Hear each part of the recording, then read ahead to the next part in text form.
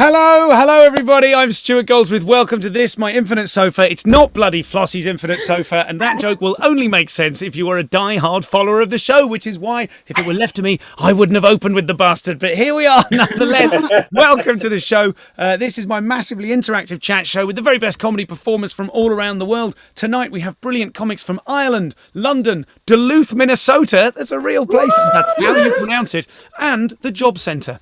You're watching on Twitch via infinitesofa.com, or perhaps you're watching on YouTube in the near future like someone from the movie Tenet. Not everyone enjoyed the film Tenet, but hey, potato a tartop. Yes! 14 likes on Twitter, total silence in the room. Thanks, everybody. We are on the front page of Twitch, so drop us a follow and join us in the chat. The people there are very warm and friendly. Plus, you will get to join in with games even more complex than this introductory game. Tell me, without thinking about it, just blurt it out loud and type it in. Tell me in the stream chat, what is your wrestling name? What is your wrestling name? Now, it's essential that you don't think, what would be a cool wrestling name? You just hear the question, what is my wrestling name? Blurt a thing out in the room and then just write it down. Here we are. Sort your clock out. Not a good wrestling name. Nelly Fuzzardo. I don't mind that. Goldilocks. That's okay. Tumble Rumble. Hardacre, says JR Hardacre. Imagine Zinshara, Big Bad Bomb, Wrestling McWrestleface. Nice. The People's Elbow, says fucking L. Welcome, fucking L. Great name. Atom Splitter, Big Boy, Canadian Slam Jockey, Bitch Pants, Ultimate Sloth, Flossie Mauler. That's a bit aggressive. Clock, ironically, 5 minutes slow. It may as well be. And apologies, it's slightly lit. We'll talk about merch later on. Potato Smasher, Hulk Brogan, oh my God, Hairy McSteam Pants. These are getting worse, so I'm going to pull out. Just before, I'm going to pull out just after Macho Frank Handy Savage from Great Work for Animal. Very confusing.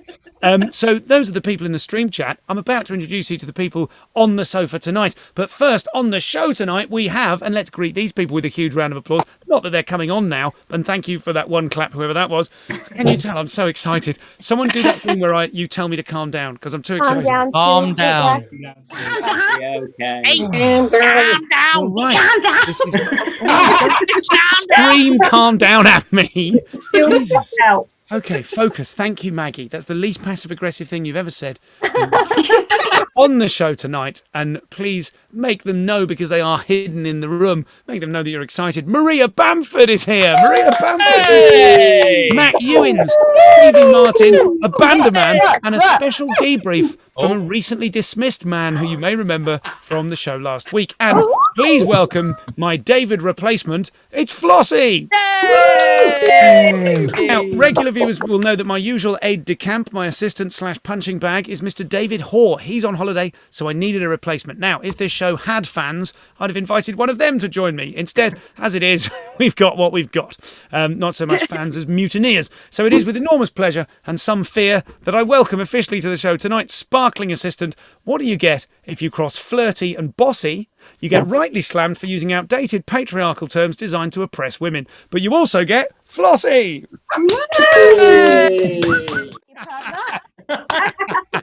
Flossie, have you brought your own pair of clapping hands? This is all the applause I think you ever need. I can see what's going on there. Can you just make it clear for the people at home who aren't familiar with these? Are those the tiny little plastic hands? Oh, that's good, mate. Oh!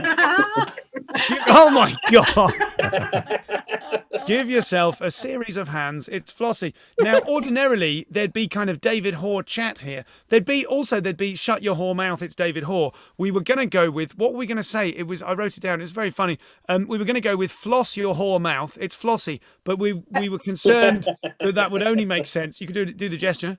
There it is. Now, because we're on the front page of Twitch and we're hoping to attract new people to what is absolutely not a cult, I thought we wouldn't do that bit because it would probably alienate people. But I tell you what we do. Before we meet everyone else on the sofa tonight, you might be aware that comedian Mark Dolan, who I know personally and is a lovely man, for some reason, in an attempt to go viral, very irresponsibly cut up a mask on his talk radio show.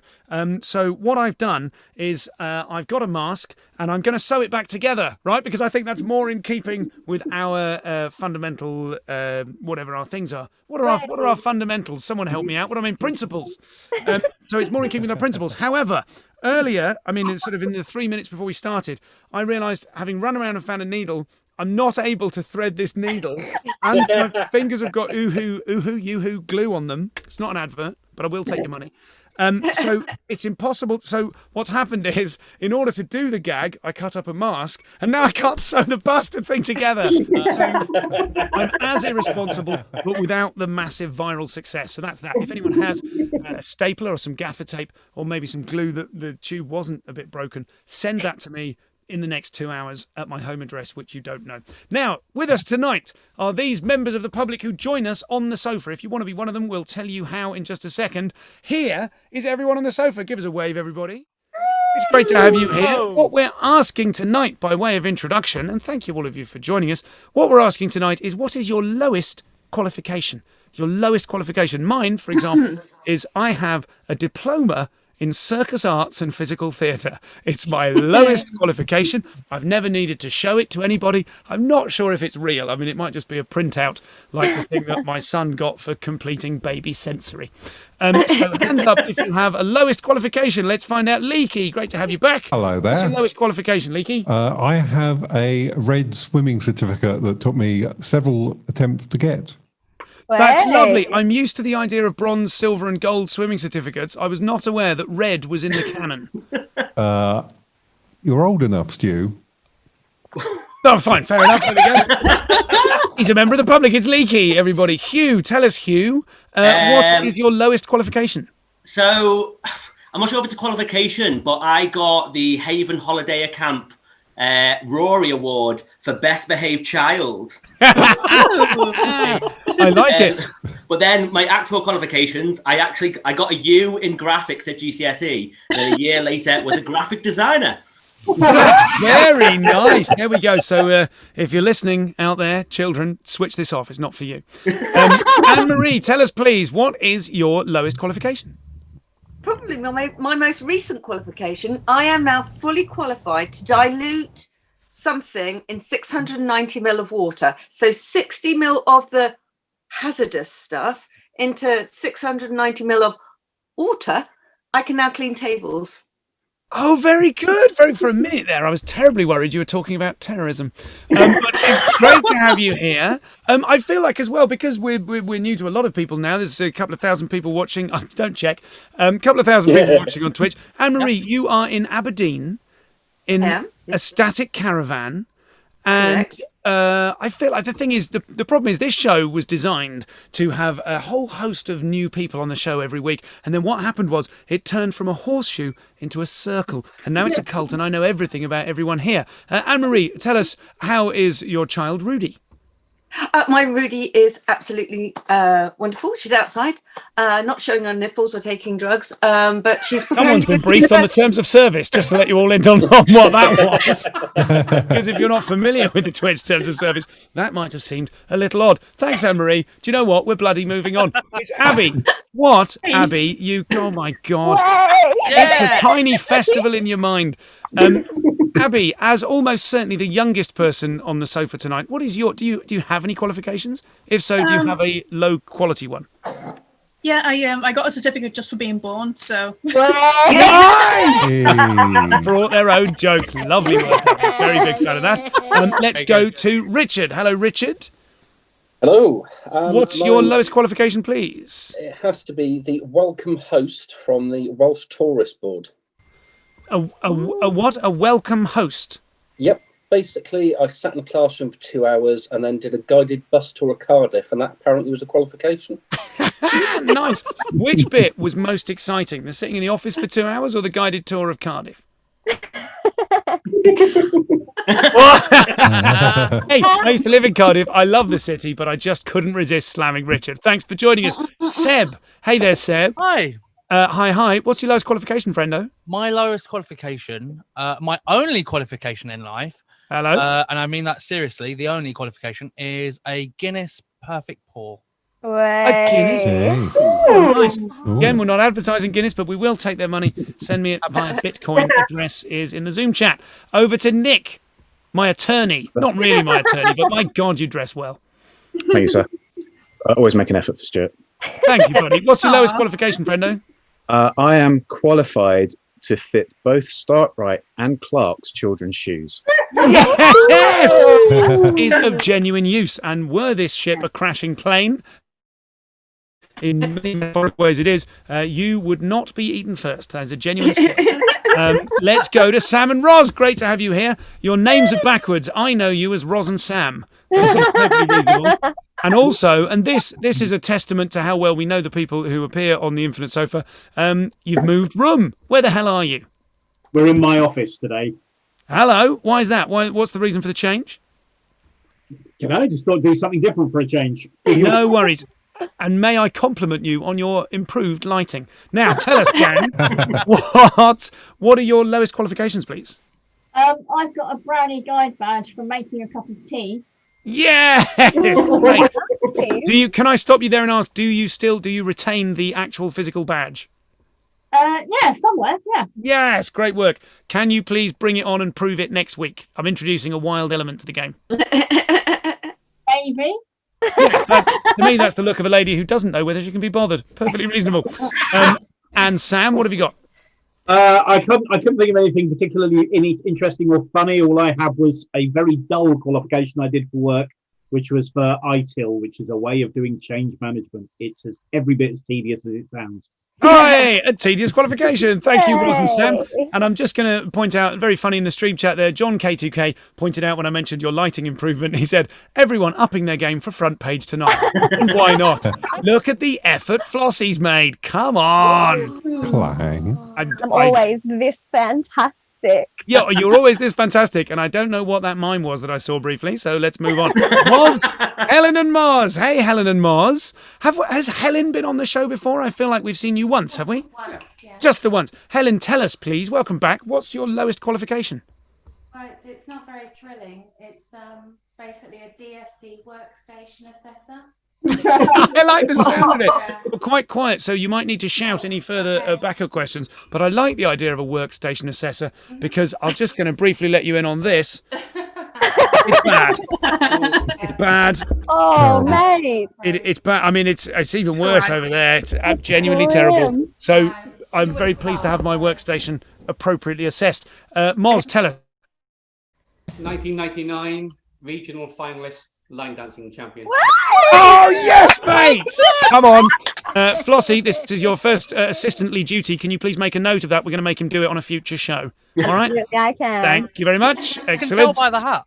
Over here we have, who else do we have? Amanda all the way in Brisbane. And in Brisbane, something is different with time. That's right. They are living in reverse entropy. Amanda, tell us, what is your lowest qualification? Because have you got like 3 degrees in real life? Yeah, I've got a lot of qualifications. Yeah, my what's the lowest one worst probably. I have a certificate 3, which took me 18 months to get in how to breastfeed. A certificate 3 in how to breastfeed. Even your least worthwhile qualification is totally valid. And between you and Nick's little shoe size thing, we can feed them, clothe them, and shoe their little feet. So who else do we have? We've got Matt J. Puzzle Guy. Hello, Matt. You're a brainy, you're a brainy guy, a brainiac, as I believe you say in America. That was a Partridge moment. Someone hit a gong. I don't know. Matt, please tell us, what is your lowest qualification? A long time ago, I went to a state fair probably when I was about 10 years old, and they had a walk-on competition for tongue twisters. And I can claim that I'm actually a state champion, even though there were only like 3 kids. Doesn't matter. Technically a champion. Great work. Do you remember? And apologies to the viewer there. Your audio is absolutely shocking. But can you remember the tongue twister? Probably the Chic six. Yeah, I don't remember. I'm stripping you of your championship effective immediately. Thank you, Matt. Very good. And I think the last person we have to hear from is Holly. Now, I don't want to alienate anyone, but Holly, wake up. You've got to wake up. Wake up, Holly. This This is a long distance plot to try and get that sentence into Holly's dreams and basically do Awesome. Inception on her. Hello, Holly. Tell us your worst qualification, please. Well, I've got lots of certificates of attendance. Well done, Holly. You showed up. Have a fucking medal. But what I've got in here is a 1-star placid water kayaking, and I get a little badge. Acid water kayaking. Not even a kayaking badge. A placid water one. That is arguably, I think you're the winner there. You get 10 points. What do points mean? Nothing. Much. These people are all members of the public, and they all donated to the show last time. They've supported the show very kindly and generously, and as a result, they were invited to be on the show and drawn from a pool of people. Apologies to those of you who didn't get in. I hope you stayed with us tonight. Now, one lucky donor mid-show, because you can done to the show now. It's called donating. I call it donating. One lucky donor can teleport into the show and join us in time for our celebrity interview with Maria Bamford. Now, what we used to do was we used to do an increasing kind of outbidding system, which is difficult. Some people spent a lot of money, but hey, they got a relationship out of it. And it's tricky. So we've come up with a more fair way, which is more fair and doesn't sort of prejudice, because one of the principles of the show is we don't want to only make it available to people who've got loads of cash. So earlier tonight, I wrote down a number, pounds and pence. We're in the UK, pounds and pence, that's BST. On the inside of this, and you might have even been able to see it there. If your Photoshop skills are good enough, you can enhance and find out. The closest donation to this number, it is between £5 and £30 sterling. The closest donation will get teleported into the show at 10 p.m, which is in 42 minutes. So get doning. That's my advice to you. That's how that works. Now, to start the show properly, Callum, I'd like to ask you to go for a long shot. We are going to attempt a Mexican wave, and then we're going to hear from our first guest. So the way we do it here, because apparently Zoom has kind of spoiled this slightly there's an update whereby you can arrange people in the same order. We haven't done that. Nor are we ever going to. No, screw that. We're old school. We're pandemic level Zoom. We're not even post-lockdown Zoom. So what we're going to do is an infinite sofa style Mexican wave, whereby I'm going to ask you simply to feel the moment, okay? I'll start. Don't go by who's next to you, because that'll never work. It'd be hopeless. Just feel the moment, and when you think it's your time to go, we're going to go. Okay, ready? To start the show. Believe in yourself. It's going to be wonderful. Here we go.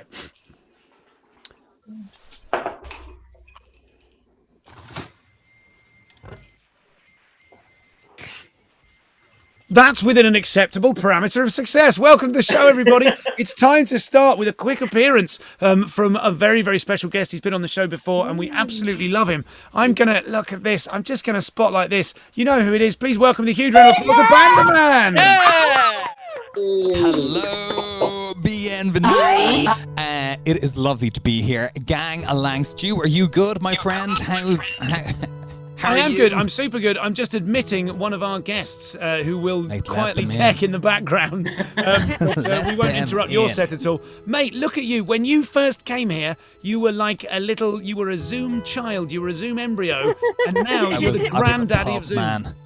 Now I'm in space. I spent all my money on virtual lights. Gang, for those who don't know me, first of all, it's a pleasure. I'm going to ask a couple of you a very easy question. And people out there on Twitch chat, I've access to that. I think you're 20 seconds behind the real world, but I will be looking over. I'll be finding you. Gang, my question for you is this. We're going to start off, like a lot of the best songs are about kind of dramatic moments in people's lives, but I'm not that proficient to songwriting. So I'm going to go for something small. The question is this, and just give me a little wave. I can see pretty much all of you. What is a minor adversity that you went through at some point in your life that you're still a tiny bit annoyed about? Seb, I see your hand in the air. Seb, go ahead. Let's give you just softer music. Seb, if you can jump into Spotlight. What occurred? I am not able to do impressions. You're not able to do impressions? No, and it's something that I feel deep within me I should be able to do. And when I do them, I believe I can, but I just can't. Seb, this is the best answer I've ever had. Who are you trying to do impressions of? Like, there's the classics. Everyone does a De Niro, a Schwarzenegger. They were the kind of old school, like cusp of 2000. Who are you aiming to do, Seb? Who's your go-tos? Give me like top two. Top two? I mean, I think possibly and deck, but also, I mean, anyone. There's a lot. Stephen Mulhern's a good one. He's very pop. For my knowledge base, I'm going to stick with Ant and Deck. Ladies and gentlemen, please give a huge bloody cheer to Seb. Absolute legend. Let's go for maybe one other person. Go ahead. I see you, crowd. Just give me, hang on a second. I say I see you. I don't. I've turned. Why am I? Feckaroonies. I can't get back to the. Oh, there we go. Good. Anne-Marie, how are you? I'm great, thank you. How are you? I'm good. Thank you for asking, Anne-Marie. A lot of people don't. Anne-Marie, what's your minor adversity? I really enjoy crosswords, but I'm really shit at them, especially cryptic ones. Mate, the cryptics are the hard ones. What's your backup source of entertainment? If not doing crosswords, what's Anne-Marie doing? Knitting.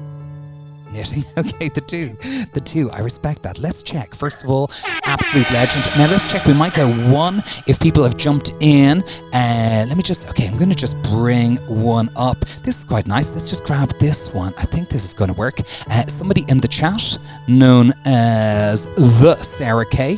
Other Sarah K's are available, has said the following: my parents never taught me to tie shoelaces properly. Ladies and gentlemen, we have everything we need. Let's kick off with a little jam. This song is called My Pain, My Strife. It stars Seb, who cannot do impressions. It stars Anne-Marie, who enjoys crosswords but is not good at the cryptic ones. P.S. She also enjoys knitting. And we've got somebody from the chat room. Ladies and gentlemen, let's make magic happen.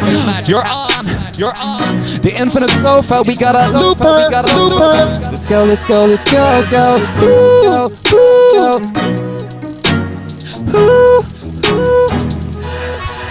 Go.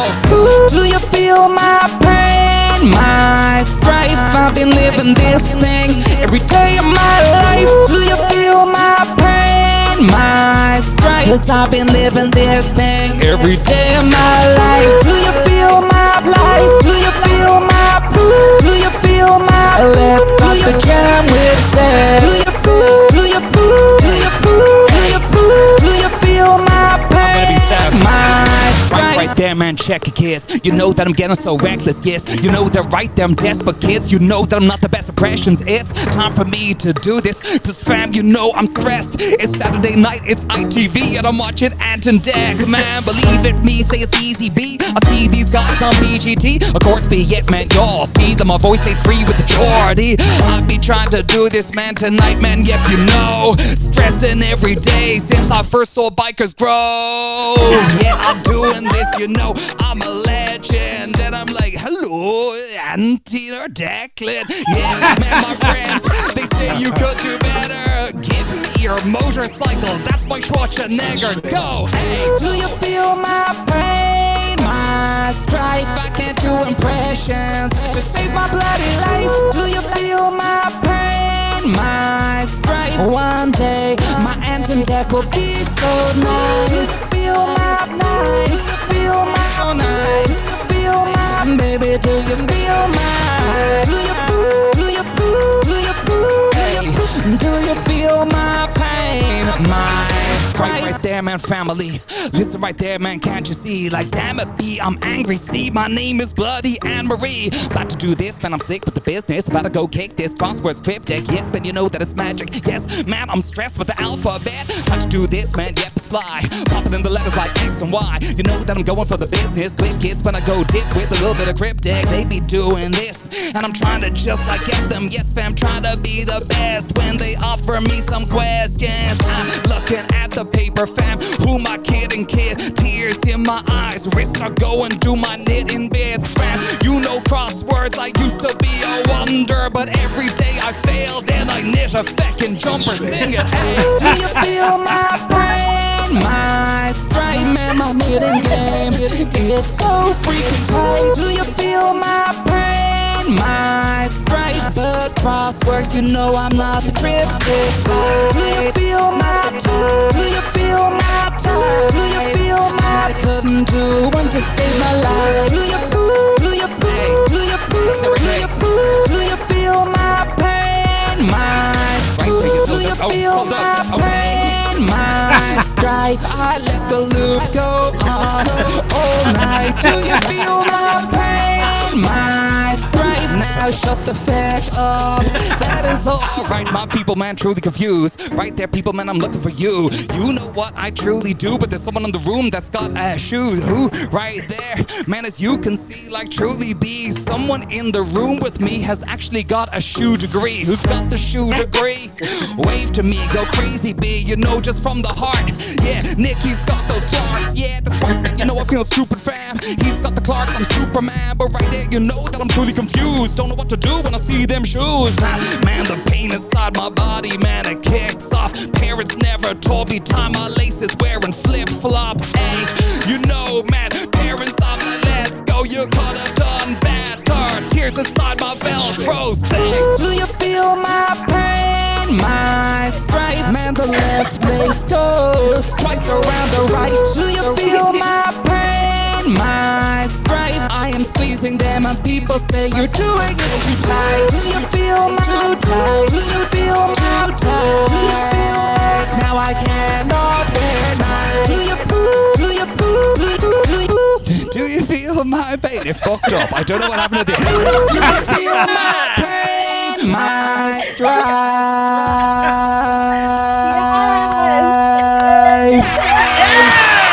It's madness. It's bloody madness. Abandoman! Oh my God! Listen, we're John K2K in the stream chat says something I think we're all thinking, which is he fails better than I excel. Absolutely incredible, Rob. Thank you so much. What a bloody pleasure. I will be back later on, I believe. Come back later on and do some more of that. Could you tell me, have you got anything similar but equally incredible? No, Stuart, I think early. But at that point in the night, people will frankly, their necessity for quality will have lowered. That's what happens as time continues. Hey, so that's what we're always gambling on. It's what we're always gambling on. Mate, Rob, give it up one more time for Abandoman. What a joy. Thank you, mate. We'll see you back here very soon. Coming back up later in the show, more from Abandoman. Before then, we have an interview with a recently dismissed man. We've got some incredible video comedy from Matt Ewins, provided he turns up, and who knows. And we've got the wonderful Maria Bamford at the end of the show. Drop us a follow. We do this every Monday night. I'll level with you. It's always brilliant. That was really good. One of the things I would like to say is that it's still John K2K. He said, who knew it was David Hoare stopping all the fancy graphics? Finally! Now Flossie's here. It turns out the quality has gone right up. Very good. Very good. Flossie, what did you think of that? Did you enjoy it? Fucking banging, mate. Loved it. Never been happier in my life. Could you do us a tiny round of applause with your tiny hands? I'll put them all on if you like. I didn't like that. Go on, you chunk together. There we go. Drop us a follow and you'll get a little round of applause. Every 10 follows, Flossie will give us a little round of applause. And oh my God. That's the photo you're never supposed to do as an actor, the spotlight photo like that. But to do like both would be just so. Oh, hang on, keep that pose. We're just going to spotlight that for a second. Flossie, but there is a career in some sort of. There is a very short career available for you in your act. Listen, I know what you're all thinking. You're thinking, thank God I don't have to follow that. But one person is not thinking, thank God I don't have to follow that, because they have to follow that. This is the incredible Stevie Martin. Please welcome Stevie. Hey! I'm absolutely horrified by where I've come in this running order. Also, I'm so sorry, my bathroom's a mess. Very functional Zoom background joke. Hey, it's so great to have you here, Stevie Martin. And you are, there's so many people in the room, it's hard to spotlight you, but there you are. There I am. You tell me, you look very intelligent. I'm a very academic woman. I went to university, thank you. And I did I've heard of it. I've heard of it. Have you also seen one? Because, yeah. And I studied English literature. You're welcome. So yes, a few academics in. I've not seen anyone wearing a turtleneck. I've had a look. So there's not anyone who's also studied English literature, because of course. My wife studied English literature, and I can vouch for that. She wears a turtleneck all the time. But does she wear two, and one comes off? Oh, what? I have spent spent at least 30 seconds trying to put this on, but I'll just say about this now. Is it a gag reveal? Would you like to sort of come in again? Because it looks like you spent some time on it, and I want you to have your moment. No, you know what? It was like first week of lockdown, and I bought this. Thank you. Very good. Yay! And I also bought not 2 but 6 sets of cuffs that come out, and not just like, just cuffs, I suppose, for your wrists when they're cold. Huge bell cuffs that come out past my hands, so I can't pick anything up. So yeah, but it now doubles to make me look even more academic than I am already. So incredible. And over in the stream chat, Vacuum Diagram has very sensibly pointed out it's a tactical turtleneck. That's exactly what you want. That's what I've got. It's like a tactical chunder, but there's less vomit. Less. Yeah, totally. It's not dissimilar to those trousers from Rohan. I really admire those trousers that unzip into shorts and then they zip. I always thought they'd be good if they zip further into swimming trunks. And then if you got lucky, there'd be one final zip into some protect. No, fine. Flossie's disallowing that. Perfectly reasonable. Perfectly reasonable.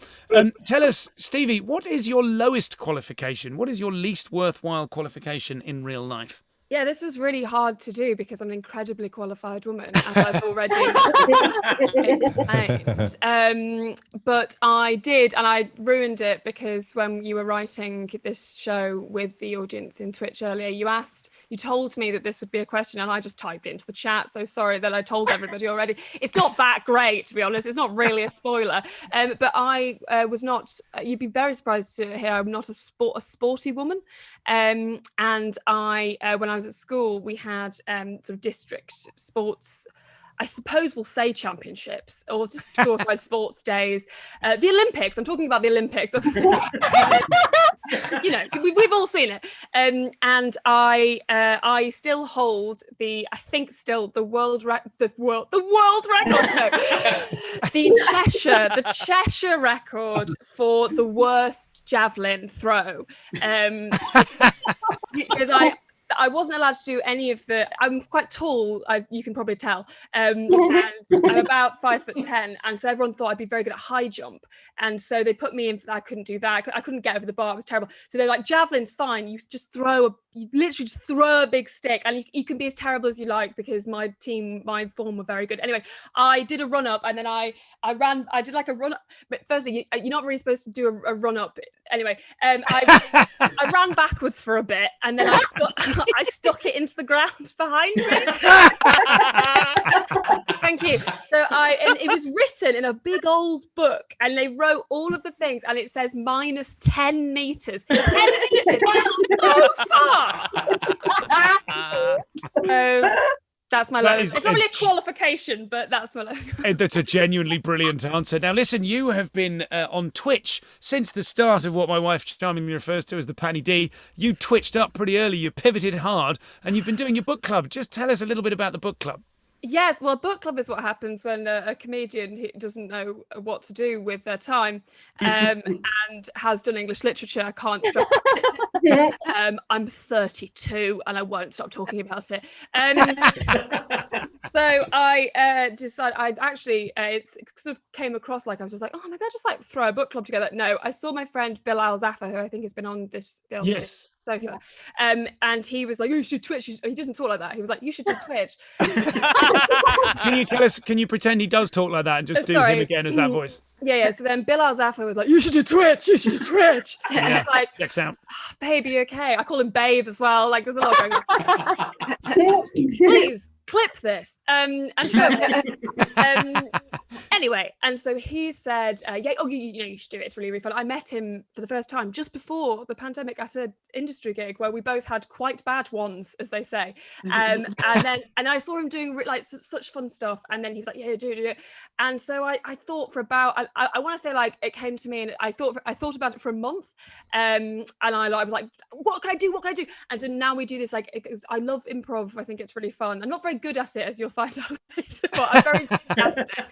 And so that I thought we make up I get a guest on every week, and we make up a book title, and then we have incredibly literary academic discussions about it with the chat as well. We read extracts from it. It gets quite heated actually. Excellent. Well, we're gonna segue into that. It would be a beautiful thing to segue into it right now. But first, I just want to congratulate you on the title of your podcast, which you do with your sister, which is called Might Delete Later. Yes. I absolutely love it when someone comes up with an elegant concept and then goes, oh, that contemporary buzzword would really suit it, and then Googles the fuck out of it, plus the word podcast, and realizes it hasn't been got yet. And it's yours. I'm so jealous of the concept, because tell us about the concept of that show. I love it. Yes, it's very fun. So we have guests on, and we've had Ed Balls and like James Acaster and people like that who have like an interesting relationship with social media, and we get them to bring their worst ever post, their best ever post, and then Gina, who is a stalker, finds their first ever post, which is but like, we are starting to find out that the first post thing is pretty much the same across the board. It's all like, hello Twitter, and you're like and then we always ask, like, what do you remember what headspace you're in? And then be like, yeah, I thought it'd be good for work. And we're like, oh, okay. But there's the other ones are good. And then we also just talk in general about, so each person will have like an interesting, like James was very good because he's come off it completely. And so he talked a lot about why he did that. And we had like a political journalist the other day who got a massive pile-on because she tweeted a funny joke about AOC's boyfriend and knocked down the house. And so she talked about that pile-on and what that was like. And yeah, so it's really fun. And yes, there was a lot of high-fiving, so much that my hand eroded when we came up with it. That's so great. And tell me, it does sound like the sort of podcast where you really don't have to do any research. In a way, yes. Oh my god. Oh my god. The bane of my fucking life is having to watch people's comedy that I love, but it feels like work, and my possibly ADHD, but probably not, has filed it away as work, and now I can't even sit and watch a Netflix show without grinding my teeth to a powder. But you do you. Thank you. Stevie Martin, we're gonna create a book together. Now you can run this as you see fit. What we need, I thought, if you could go to members of the people sitting on our sofa tonight, here on the Infinite Sofa, and if you're joining us for the first time, just follow us. Follow us. I'm not desperate. Follow us. We need a title. And we'll start from the title, and then we're going to ask the stream chat to involve themselves in this as well. But the first one, let's go to the person of your choosing. I'll go to, if we go to gallery view, you'll be able to see some people. Yes, okay. Off I go. It keeps going. Hands up if you have a title for an incredible piece of literature. There's no wrong answers. Alternatively, we could say it at the same time. Oh, so lovely. Pick someone, and then there's not any stress, you know? Okay. Well, shall you and I do that for the title? Do to you and ease I everyone want to do the title? in? Just because it's quite a lot, isn't it? To be like, give me a book title now. Yeah, fair. Okay. Let's say it at the same time. Okay, 3, 2, 1. Oh, hang on a minute. I don't know what happened there. I thought you and me were saying it, but someone else joined in, and that's perfect. I thought I was possessed by the devil. Who spoke? Hands up who spoke. It was brilliant. It was Anne-Marie. Surprise. It was chatty Anne-Marie. Anne-Marie, what title did you go for, my love? They Are My Monkeys. They Are My Monkeys. They Are My Monkeys, of course, a literary classic. Yes, that's one of my favourite books the last sort of 1,500 years. Can't wait to get stuck into it. So, okay, who has a genre? I don't really see genre because one person's erotica and the other person's horror, but in your okay, Richard, what genre did you feel They Are My Monkeys? The background might be a clue. I'm thinking sci-fi. You know what? It was the sort of space. The fact that they were set in space and there were aliens. That sort of triggered to me that it could be sci-fi. Now, okay, what else do we need? Probably, oh yes, what was, obviously everyone's read it, I think, unless you are a Philistine. What was your favourite chapter title? Hands up if you have a favourite chapter title. And just bearing in mind here, in case you're not on board with this, you just fucking make it up. So hands up if you have a favourite chapter title. Over here, Moz, what have you got for us? Do you have a favourite chapter of that book? Tears and Spandex. Tears and Spandex, of course, my favourite too. There's obviously two chapter titles that were very similar. One was Tears and Spandex, and one was Tears in Spandex. Which one are you referring to? Tears and Spandex. Right, understood. Because that one, the other one was too erotic. Agree. Okay, great. And then also, finally, I suppose, who was your favorite character, guys? Like, was there a character that really spoke to you? If you could remind us of the job of that character, then we'll go to the stream chat for the name of the character. So, of course, yeah. The character you'd prefer. Anyone, hands up if you've got a character. We can go to the stream chat if you're. Oh, there we go. Flossie's going to help us out of a hole. Middle-aged Sandra. Middle-aged Sandra, that's the job title. They were a middle-aged Sandra. Thanks, Floss. His name was Greg, but he was a professional middle-aged Sandra. It's pretty obvious. I don't know why that's so hard. It's lovely how the game gets simpler as we go. Great stuff. So do you have everything you need, or can we go to the stream chat for another topic? Of course, I have absolutely nothing that I need, Stuart. But I do. Obviously, I have a copy of the book here, so what I'm going to do is I think I will. Unless there's anything else that I can think of that we need from the stream chat, because I feel like we've neglected the stream chat people. If there's another character that the stream chat want to. Or if not, I'm happy to just plow on. We've got a couple of people. Captain Frosty Nibbins. Oh God, you want to bring him up? Okay. He was very problematic as a character. But I think there was that fine line between problematic and very problematic that made the character so enigmatic. Absolutely, and that also rhymes. Thankfully, the book doesn't. Very clear on that. So obviously I don't want to just do I just don't want to sit here and do a reading. That's very boring, and obviously this is a comedy. So I was thinking that maybe while I'm reading, I'll read the most famous section from Tears and Spandex that I think we probably all know by heart. So at points I may ask you just to say the immortal words, or just pop in with one of the kind of speeches, but nothing that you can't handle. And as you'll see, the bar is absolutely on the floor. Say that, but Mr. Amanda in the stream chat has just contributed Amish Santa. So you just regard that as a kind of wild card. Oh, brilliant. I mean, obviously, as always with Twitch, the bar in this chat is always so high and so good. And whenever I'm doing the book club, I get confused, and sometimes I don't look at the chat as much. Then I'll look at it and be like, yeah, I mean, that was way better than I think I could have ever if I'd actually written a book, which of course I have. Okay, great. So we've got These Are My Monkeys. It's a sci-fi. Tears and Spandex is the chapter. Let me just get to that. Also, I should just say before we start, we didn't actually discuss it, but my mentor and professor is just here that just wants to sort of say hello. Oh my God! Yeah.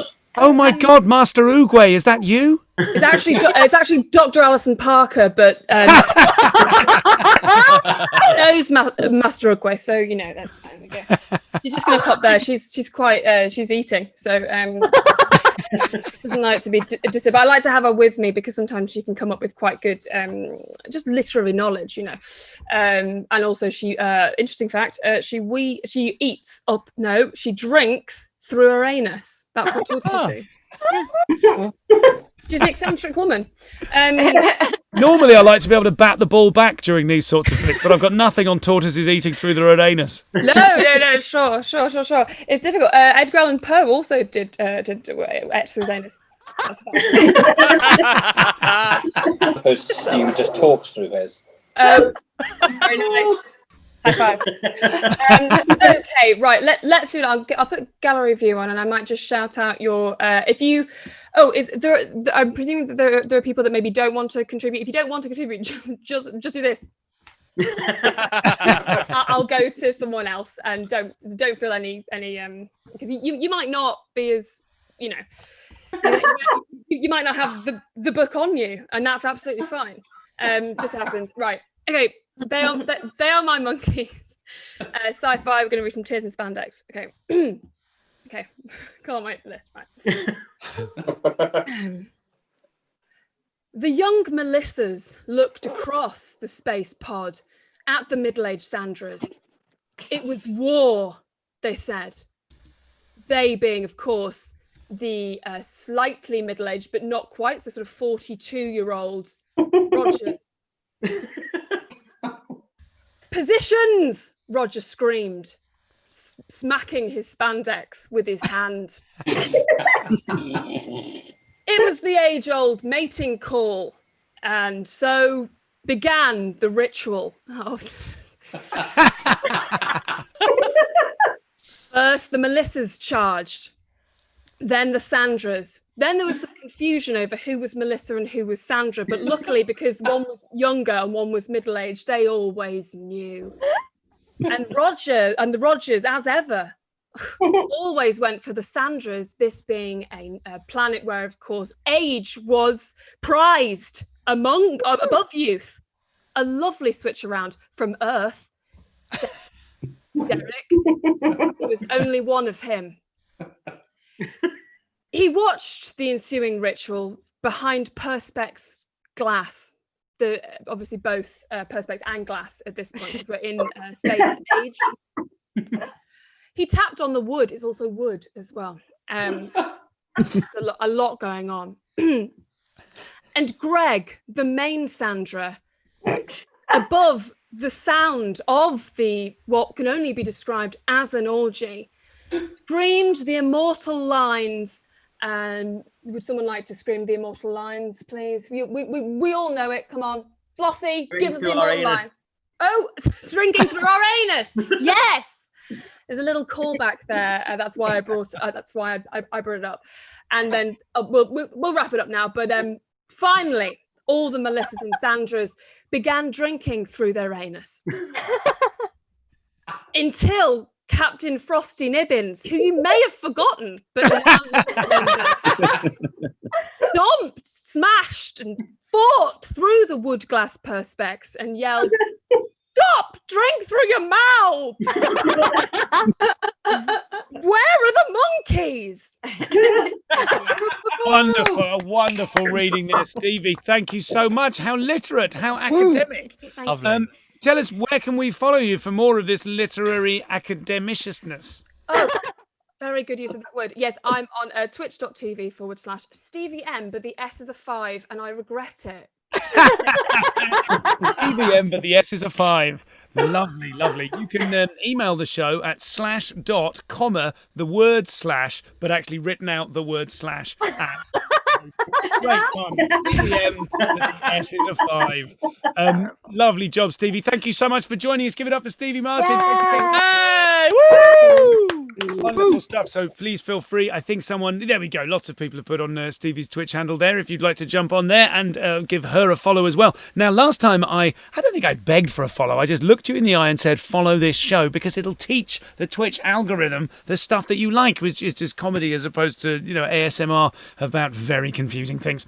But the last time I mentioned that, someone in the Twitch chat said, that's a bit weird and stalkery. So the only way out of it is to fucking double down on it. Give us a follow, you pricks. Now, I can't stress enough that these people on the sofa are members of the public and not people that have been prepped in any way to do this, apart from joining the writer's room for this show. It's always on a Monday at 9. The writer's room is at 11 a.m. at 9. We all get together to do the show. Now, to prep it and plan it and things like that, but we don't know who's going to be in it then. You can support the show, you can follow us, you can subscribe us, or you can donate to the show using the big donate button. And if you do that now, using an amount of money between £5 sterling and £30 sterling, then you run the risk / run the risk is poor phrasing.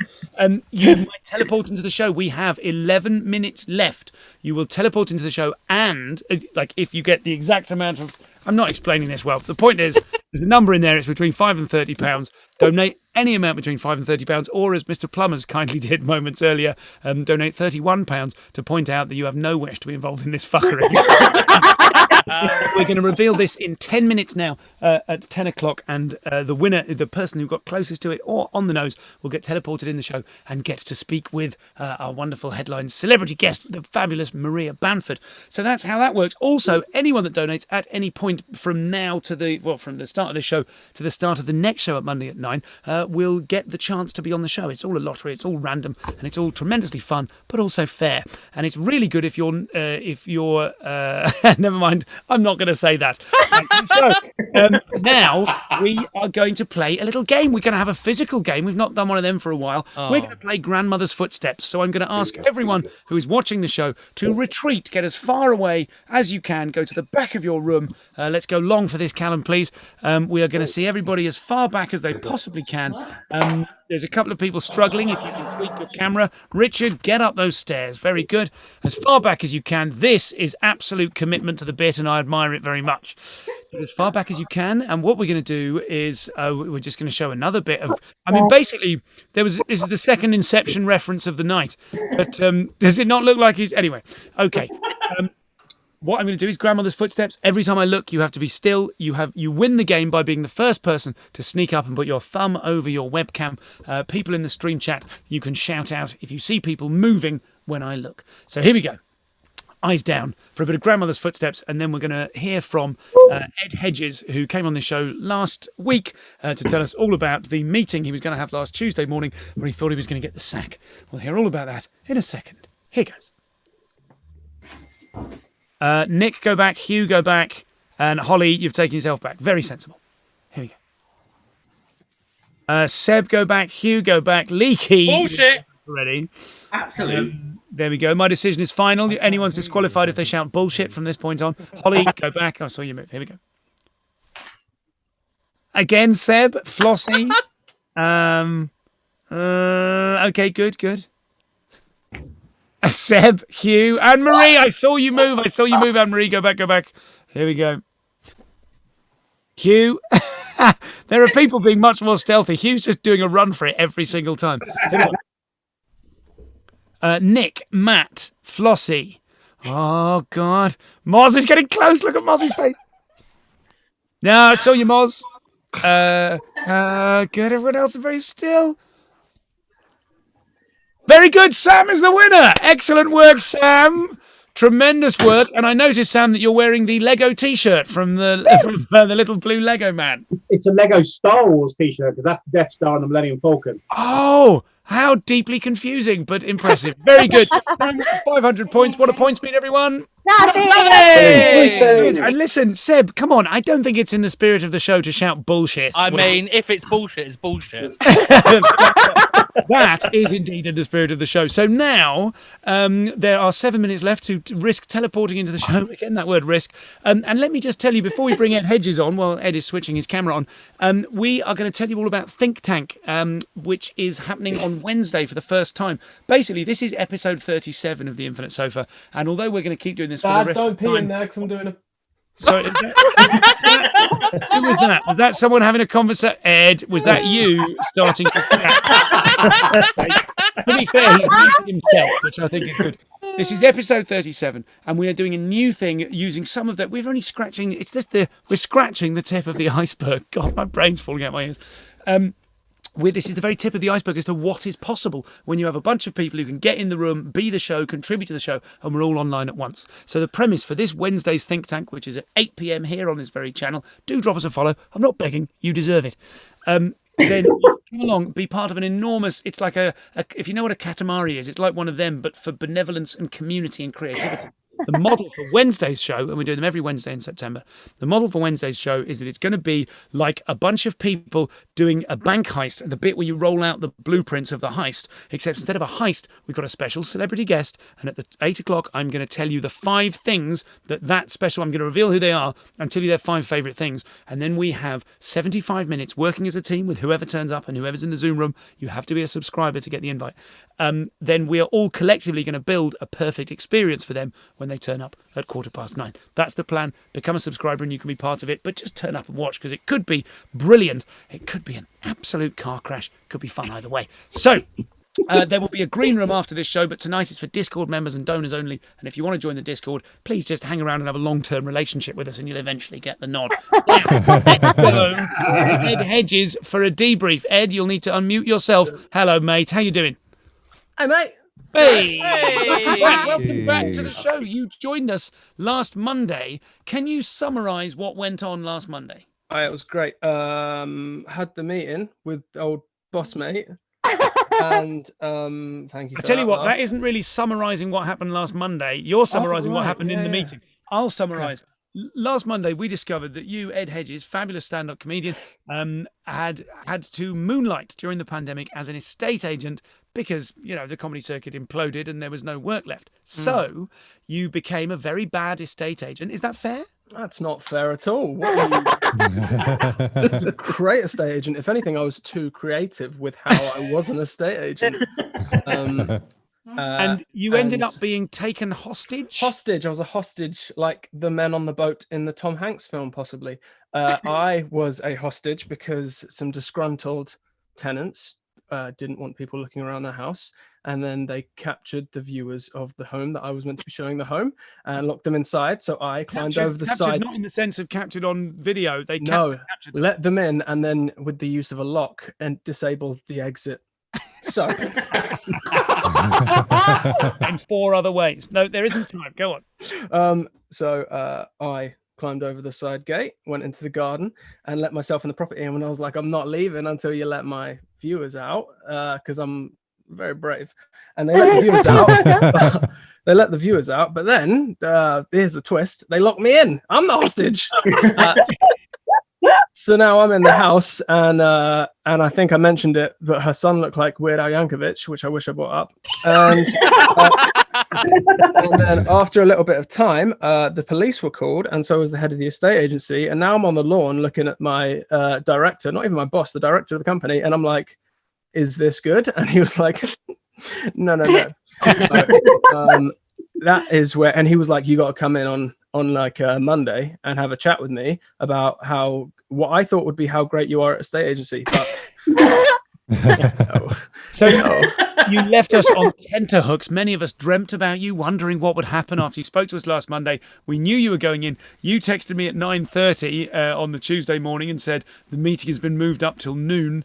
What happened at the meeting? And did you, as I implored you to, did you attempt to illegally record the audio of the meeting? I have on my phone a recording. Now, I am not a spy. So I put the phone on the table, and there's literally a recording on my phone of the sound of a phone hitting the table, and then the director going, "Are you recording me?" And me going, No, I'm not.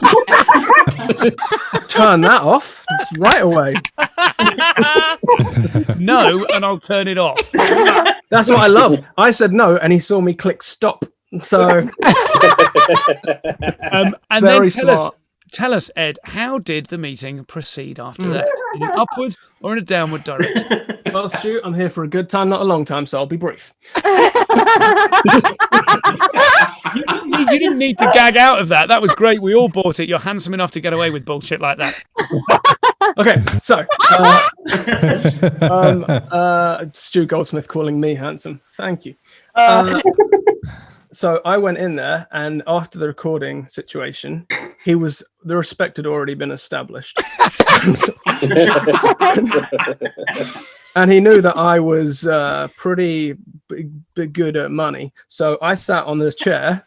So he knew, like, this dude knows what chairs are for. So we were off. And he said to me, "We've got to let you go." And I was like, "Why?" I knew why. It was because of the hostage thing. But I was like, specifically, what did I do wrong? If this went to court, what did I do wrong? And he went, so this is the clever, he got me, right? It's so smart. He said, when you climbed over the side fence, yeah, he said, you actually broke the side fence. And I was like, I remember that because I remember thinking Snake from Metal Gear Solid would never break the fence. I broke the fence, and then he went, so you broke a fence on their property and then you entered the property. And I was like, yeah. And he went, well, that's called breaking and entering. And in those courts, that is massively frowned on. So I got out my phone, I did some Googling, and Stu, guess what? Breaking and entering, like top 4 no-nos, like massive. And he said, what he kept saying to me, like, I think he thought this was funny, but it wasn't because I just felt so small. He kept saying to me, what I don't get, why would you need to break and enter when you've got the keys in your pocket? And I was like, because they're fucking hostages, Stu. Like, come on. I've got the keys in my pocket, but they've got my people in their box house. So Ed, can I interject here? When you were storming the property. Oh, Let's yeah. go to the embassy. Oh, yeah. Did you do any hand gestures to yourself before you ran in? Literally the entire run down the side of the house, I was just giving it that because I was like, I'm the fucking man, yeah. And as I saw the back door was open, I don't know if you're familiar with the sport, but when I saw the back door was open, I gave it one of them because Jordan always went round the back. That was gross, wasn't it? Jordan always. So long story short, I'm not allowed to sell houses anymore. And I'm also not allowed to come to that office anymore. I mean, that's what I love there was that you were so clearly looking at yourself on the screen doing your hair whilst explaining you're no longer allowed to sell houses. Ed, I'm so gutted for you. What we're going to do is we're going to have a quick stream chat game. And what we didn't ask you, I meant to ask you at the beginning, what is your lowest qualification, Ed? And this will be important for the game. What's your least worthwhile qualification? I dropped out of my grade 2 zoology at Writtle College. I dropped out because I got a gig in Colchester, at which I turned up too late and was not put on the bill. Pretty low. Yeah. That's very good. Thank you, Ed. This is so wonderful. This is the last thing we've got time for, but basically you can come on the show anytime you like and tell us what's going on in your life. But we're going to ask the stream chat now. What is the suggested next career for Ed? So, Ed, you've got, whilst they suggest a next career, a way for you to make money during the lockdown. Comedy's coming back here and there. You're an excellent comic and you'll be getting booked all over the place, but it'll be a while until the thing exists as it used to. So in the meantime, maybe you could suggest some of your skills and then I'll chip in with suggestions from the stream chat starting now. Okay, great at getting into properties. Great at recording. I can Babies Love Me. That's good. I think that may be enough. So far we have zoologist, slam, a craft butcher, a Jesus and Mary chain tribute act. You'll be too young to understand that. Vince McGladdery says a professional parkour guy. How about that? Professional parkour guy? Is that a thing? Professional parkour guy. Stuntman? Yeah, kind of stunty. Fence builder, spy, burglar, hostage negotiator. And I've the chat has paused due to scroll. Abby says, my dad is a landlord. You could overthrow him. And Rob says, I'll say it again, host of the Infinite Sofa. Thank you so much, Ed. Sweat. I had sweat. Did you see that? Yeah, I did. Mate, do you know what? I put this shirt on like 5 minutes before I came, like past, I put the shirt on, and you're so pretty. That's happened. And like, I don't want people being like, oh, it's like night, he hasn't showered. Showered at like 7, put deodorant on, boom. Can you see that? That's sodden. Maybe I'll keep the longer hair. Who knows? Ed, thank you, mate. Thank you so much for coming on the show. Give it up for Ed Hedges. Where can we find you, Ed Hedges? Have you got a website or a mailing list or a sign in the street that we can take a phone number from a chopped up bit on the bottom? I've got the Instagrams and I've got Twitter, but I don't like it because everyone's so fucking angry. So Instagram's my one. Nice one. Thank you. We will find you on Instagram. Ed Hedges, give him a huge round of applause, everybody. Yay! Woo! We're about to go to Matt Ewins next on this. I called it a gala. I wrote an email earlier on, which I didn't send in the end, but I called it a gala edition of the show because there is so much. We've got Maria Bamford coming up, Matt Ewins in just a second, but the next closest, here's how it went down. The teleportation deadline has elapsed. The answer tonight was £9.99. So Fuzzydelic was bang on with £9.99, but can't make it. Eamon was next closest with £10, but can't make it. Next closest with £11. Shara! It's Shara. Probably didn't need to say her surname there, but it is her Twitch handle, so I'm fine. We're clear.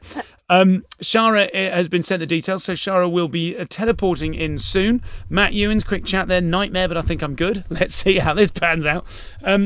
Is Shara with us now? No, we'll wait for Shara, not to worry. Shara will be here soon. But, of course, Fuzzydelic, Shara and Eamon, Fuzzydelic and Eamon, although they didn't get into the show this time, just like everybody else who donated to the show at any time from 9 p.m. tonight, will be in the draw to be in the studio audience, to be on the sofa on next Monday's show with headliner Dave Gorman and Megan, Helen Arney. Come on, that'll be fun. So here we go. Shara is in the waiting room. Let's let Shara in and then zoom over to Mr. Matt Ewins. Shara will get set up. And would you please welcome with a huge round of applause the wonderful Matt Ewins. Hey. Hello, mate. I mean, we didn't have to do a sound check at the start, so can you hear me? Yeah, yeah. It's oh, great. well, this has been a fucking nightmare. Did you delete the stream of the last gig I did? Because I couldn't work out what I did before. I did delete the stream from last time because of the numerous infractions against the terms of service. Don't check if you're watching on Twitch. So I did delete it. So I think it's all pretty fast, very funny stuff. So feel free to repeat bits. I'm sure it'll be. I'm probably gonna. Well, I've. You said I could do 7 minutes, and I've done 25 seconds already. So let's crack on. My name's Matt. If you don't know me, I make videos. When I was a young boy, my friends would go, "Don't make videos. Watch football." But I find football so boring. It's the same thing again and again and again. So I found a way of making football more interesting with my video skills. I've been taking footage of matches and going through frame by frame and removing the ball. Makes for a far more exciting game. Try and get it in there, mate. Oh, hey, what? What? Hey, what? Hey, what? Hey, go! Oh, fucking hell. Matt, that's old. Can you turn your volume down very slightly because it is actually deafening? Are you able to... I fucking asked that, didn't I, mate? Well, how do you do that? I thought we could live with it, but apparently we can't. It says on Zoom I've automatically adjusted volume. How's that sound? That's much more manageable. Thank you, Matt. Get on with it. Right, fucking hell. Right, 1 minute 16 done. This bit isn't legal. Anyway, so the reason I hate football is because I do this video stuff. I wanted to be an actor when I was growing up, but it turns out if you want to be an actor, just be a footballer. I don't know if any of you saw a film. Fucking hell, mate. I saw a film a couple of years back, King Arthur, Legend of the Sword. There's a guy in it called Trigger, played by, I'm not making this up, David Beckham. What are you talking about? And he's in a crucial part of the film. I've got a clip of it here where King Arthur gets the sword out the stone. Right, here we go. What? All right, where'd you want me? Who's that? Bouncing on my knee. Where do you think I want ya? Hands on the hilt, stupid. Yeah, what's that about? He's ruined that film, but he's not the first footballer to have been popping up in films inappropriately. Like, did you know that Cristiano Ronaldo was in Schindler's List? If you look carefully, you can spot him somewhere. He's knocking about. It's not appropriate. Not appropriate, Cristiano. There's a time and a place for your soccer skills. Now is not the occasion. I hate footballers. Because they're athletic. I'm trying to get in shape. Did I do this last time? I can't remember. Basically, I hate wearing running stuff and gym stuff. So it's like, how do I exercise? It's very simple. What I do is I dress up in a suit, go to a train station, and then for an hour just pretend I'm late for my train. You get such a cardio workout. Which platform is it? Running around there for about 90 minutes a day. I'll find it somehow. You mentioned parkour earlier. I'm trying to get into that. Doing a bit of the old free running. I'm not great at it, I'll be the first to admit, but I'm getting better all the time. Getting better. I'm not enjoying this tech stuff. You going all right? It seems to be fun. Yeah, we're really enjoying it, and I would implore the viewer to really enjoy it this time because there's no way this is getting past the copyright censor. Is it not? Oh no. Well, let's get the video on with my dick at the end. No, absolutely not. We're not getting the dick. It's not in the playlist. I'm sorry, Stu. I'm not clued up with all this tech stuff. Callum asked me earlier because I couldn't get my laptop to work if I could do it on my phone, but I don't have a smartphone. I've got like an old brick, and people said to me, "You living in the past, Ewins?" No, because I've set the time and the date on that phone to be the year 2073. My sister loves gadgets. She's like, "Oh, you've got to get one of these Kindles." You know, she's like, "Oh, I can have every book I own, and I can take it to the beach." I'm like, "So can I." I've got a very simple strategy. Bit of a little clothes horse. You finish your book, you're off to the shore. Perfect. I don't have I've done 3 minutes 40, Stu. How much time do you think I need to plug something at the end? 2 minutes? Plug something. 45 seconds hard plugging, so do 3 more minutes. Yeah, come on then, mate. Right, I'm not rich. Don't know if that's clear. I don't like rich people. I walk around like I live in Bristol, and there's some fancy parts of Bristol, like near where Stu lives, up the road. not down here, down the bottom of the hill. Why not just come around your house and do the stew? That is actually a really good point, but you're not allowed around our house. Because of COVID in your family, yes. Not legally allowed near them. It doesn't matter. No.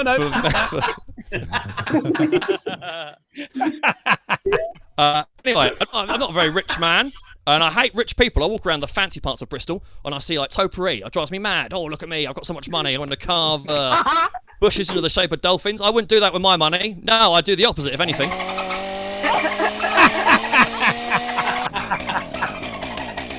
Right, what's next? Oh, I'm trying to work out ways of making money. I've been trying to rob a bank. People say you shouldn't rob banks nowadays because security is very tight. Well, it's not, and I'll prove it to you. I went out on the streets of London with a camera to try and ascertain the level of security in the country, and there's very little, right? I took pictures of the police. I'm not sure that's legal. So I don't think Stu's going to be happy with this picture of this guy's face and badge number. So Stu did ask me to make sure that nothing I did was contentious, so we can fix this. But oh, okay. Try and sue me, Stu. You won't do it. I went out in London to try and work out how much security there is, and there's none, right? I went to number 10 Downing Street, right? I got this X-ray lens out to try and work out what's going on. You think there's a lot of security there? There's not. There's not. It's just kids on each other's shoulders. Trying to pull the wool over my eyes. I went to Horse Guards Parade, right? Now, again, yeah, right, you get the X-ray lens out. Now, I grant you, right, it's an adult on top. But look underneath, it's a bloody pantomime horse.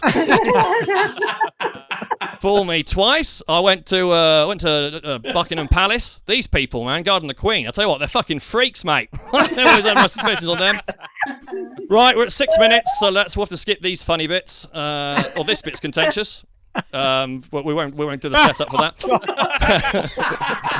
That's a funny bit. That's some good stuff. That's a funny one. That's a funny one.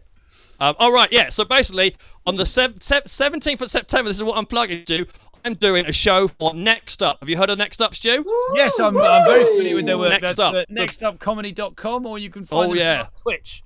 Someone call the kennels. The big dogs are in town. Now, I don't know if you're not aware of Next Up. They position themselves as the Netflix of comedy. Now, you might think, does Netflix do comedy? Yes, they do. With vastly higher budgets. But come and see me. Look at that. There's warning symbols on their tweets. And there better be some warnings because we've got 2 retweets and 7 likes for that. So please come along. Have I got time for one last joke, Stu? We have done 6 minutes and 54 seconds though. Of course you have. Please. Right, very final bit. People ask me how, if I'm robbing banks, how do you hide from CCTV? Very simple strategy. What I do is I wrap myself in a full bed sheet and I just jump with my arms up in the air like that. Jump in a bed sheet. Because if you can synchronize yourself up to the frame rate of the camera correctly, you disappear. Because you look like an angel who's just late for the office. I'm just going around my general angel business. Don't look at me. I'm late for heaven. Right. Well, that's the end of it, Stu. Is that enough? Thanks so much. Thank you, Matt Ewins. Give it up for Matt. And goodbye, Twitch. It's been fun. Thank you, Matt. Let's have a nice pint sometime. Yeah, let's do that. Great. Cheers, buddy. Matt Ewins, everyone. Go nuts. Oh, my God. And I think we're all behind producer Callum when he says in the live chat stream, fuck's sake, the edit on this. Oh my God. Listen, we've got a teleportee. Let's welcome to the show. Let's welcome the wonderful Shara. Yeah! So great to have you. An absolute joy, Shara. Thank you so much for your very kind donation. And how lovely to know that here on the front page with over 2,000 people watching, that the 3 people who bothered playing the donation game were deeply entrenched members of the Shara, are you excited to be asking a question of Maria Bamford in just a few moments? Very much so, yes. I've put a lot of thought into it. Excellent. Hard to tell how genuine you're being there about the amount of prep, but I know you're a fan, so I'm looking forward to your question. What we need to do is point out one more time that the next show is Monday, the 14th of September at 9 p.m. BST. That's next Monday. We have Dave Gorman. Dave Gorman, of course. And Dave Gorman is going to be here, and he warned me. He said, Stu, I'm rusty because he's not been doing any performance stuff as far as I know during the pandemic. So we're going to get bright, glistening, virginal Dave Gorman, and he's almost certainly going to open by saying, oh, this is weird, isn't it? Like everything. Dave Gorman will be here. Helen Arney will be here from Festival of the Spoken Nerd. We've also got Hari Kanth on the show. Absolutely can't wait for that. And we're going to script that show at 11 o'clock in the morning of the show. That's all the stuff. Do you know what? We've smashed out so much content. I think it's going to be a tight 90. Can you tell me if there's anything I should have done? Is there anything else?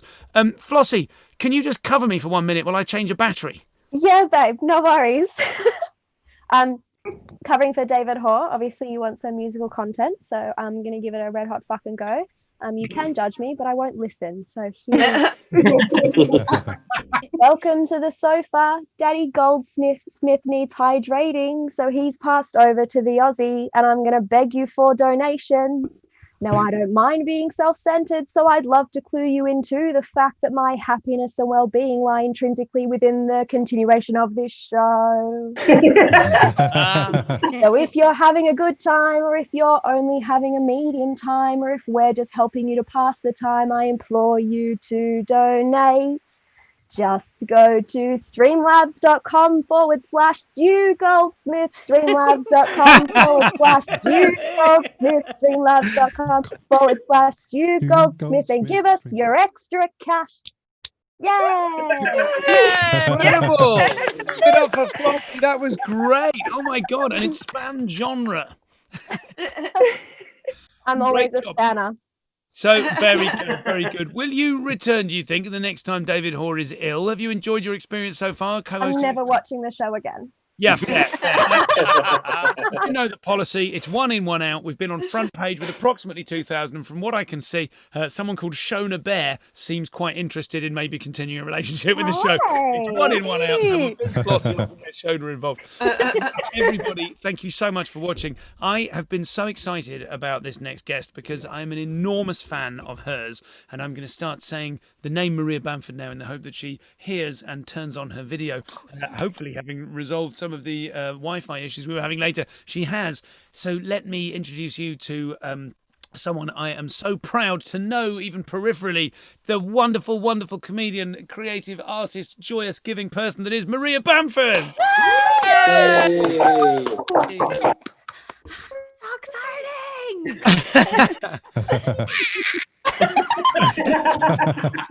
I did the Mexican wave too, and I did it. Yeah, you were in the room. I was in the room. Would you like to participate in one with us? We'll do another Mexican wave in your honor, and you participate. So you know the rules. You remember the rules, Maria. We'll go for a long shot, please, Callum. And you don't need to do it in order with anyone because that's undoable. We'll just feel the moment. So here we go. The Infinite Sofa Mexican wave. If you'd just like to ready yourself, Amanda, Abby, there we are. Let's get everyone on board. Richard, can we have some wiggly fingers, please? Matt, I believe you're holding your camera, but do your best. Here we go. I'll start when the moment takes you. Go for it.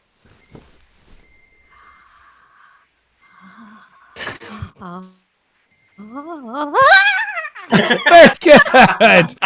Beautifully done. Thank you. And did I hear, I don't think that's you. Did I hear someone loading a Sinclair ZX Spectrum 48?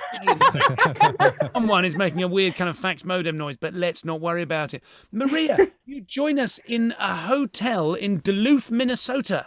I've never spoken to anyone in Duluth, Minnesota. How is it? Well, it's chilly, and yes, my mother has the illness called cancer, and so I am here and there's nothing going on, right? So what am I doing in Los Angeles? It's on fire. So I've come here, and I've come to bother them, stare at her as she's not feeling well. Oh, bless you. On a mountain of pillows. Oh, bless you. And we're familiar with your mum from your work and from the special, the rest of it. So please give her all of our love. That's what a lovely thing for you to be able to be there with her at this time. Probably also because of our terrible laws, too, that I'm allowed to travel freely throughout the country. Yes, it is. It's very tricky talking to American guests without asking a question about, like, how are you coping? What with your country on fire? Yeah. How's your personal optimism? We're fine. We're fine. And you've been coping with the pandemic in a really unusual way because you've been doing one-to-one Zoom shows. Tell us how you've been orchestrating them and what that actually entails. All you got to do, you go on whatever your favorite social media is, you put it out there, you say 9 a.m. tomorrow in this zip code or in this area code of where I want to meet you, or who's available. People tweet back at you or whatever it is, and then you go offline to the messenger service and then tell them the address or whatever Dunkin' Donuts or situation. I'm not sure what it is. It's for Starbucks, of course. That's the universal language. And then you show up and you usually meet someone. I've only met nice people, and I've met I've also done it off Zoom, so I meet people on Zoom as well. But I've only met pleasant people. I've been Zoom bombed from the beginning when they started to do Zoom. I did do that, but that was just exciting. Yeah, we call them NWOMs. NWOMs is a naked wanking old man. They're always men. We had a couple of NWOMs early doors. It's a bit weird. I thought, maybe they could just let it out like a poisonous gas rather than the immediate explosion. Like do the violent anal porn in little pops, and then disappear. Then go into racial epithets. Then go away. I gain confidence. Then get personal. Slut, whore, ugly. Little curiosity about that.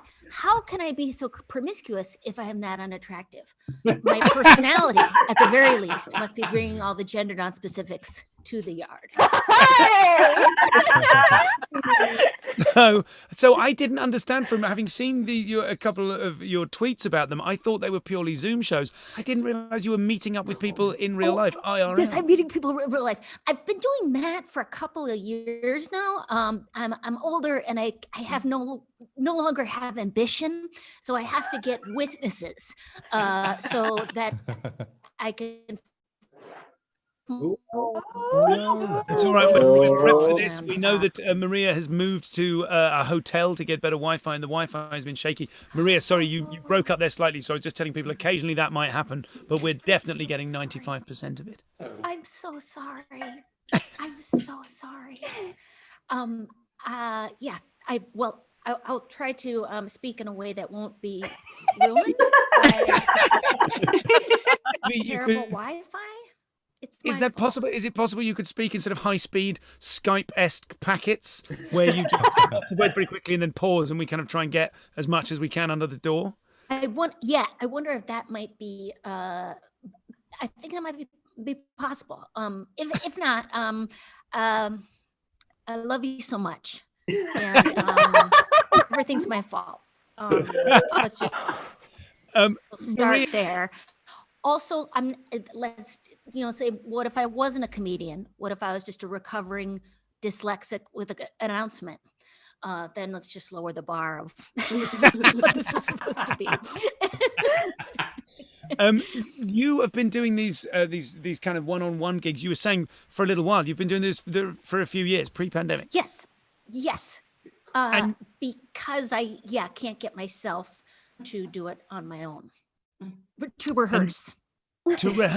And what is the value of that kind of one-to-one experience? It sounds really exciting. The smallest number I've ever done a kind of rehearsal show for is probably sort of 5 people in a living room. And you obviously, with the special performed an entire show to your parents, which is everybody listening to this watching this should run off and watch, because it's just fantastic. What is the experience of talking to one stranger for an hour with your gear? Tell us about what that's like. Well, there's a sense of guilt. Like, oh, is this right, what I'm doing? But I have told them the sky's the limit on what they want to order. Sometimes if I'm flush, I'll hand them a 20. So there's that sense, but it's just good to get the material out. So I do feel it. Some people are laughers, and then some people are not laughers. That's hard. But no different than any regular show, where you can stare into someone's face and they'll be like, and then after the show they'll say, "I love you so much."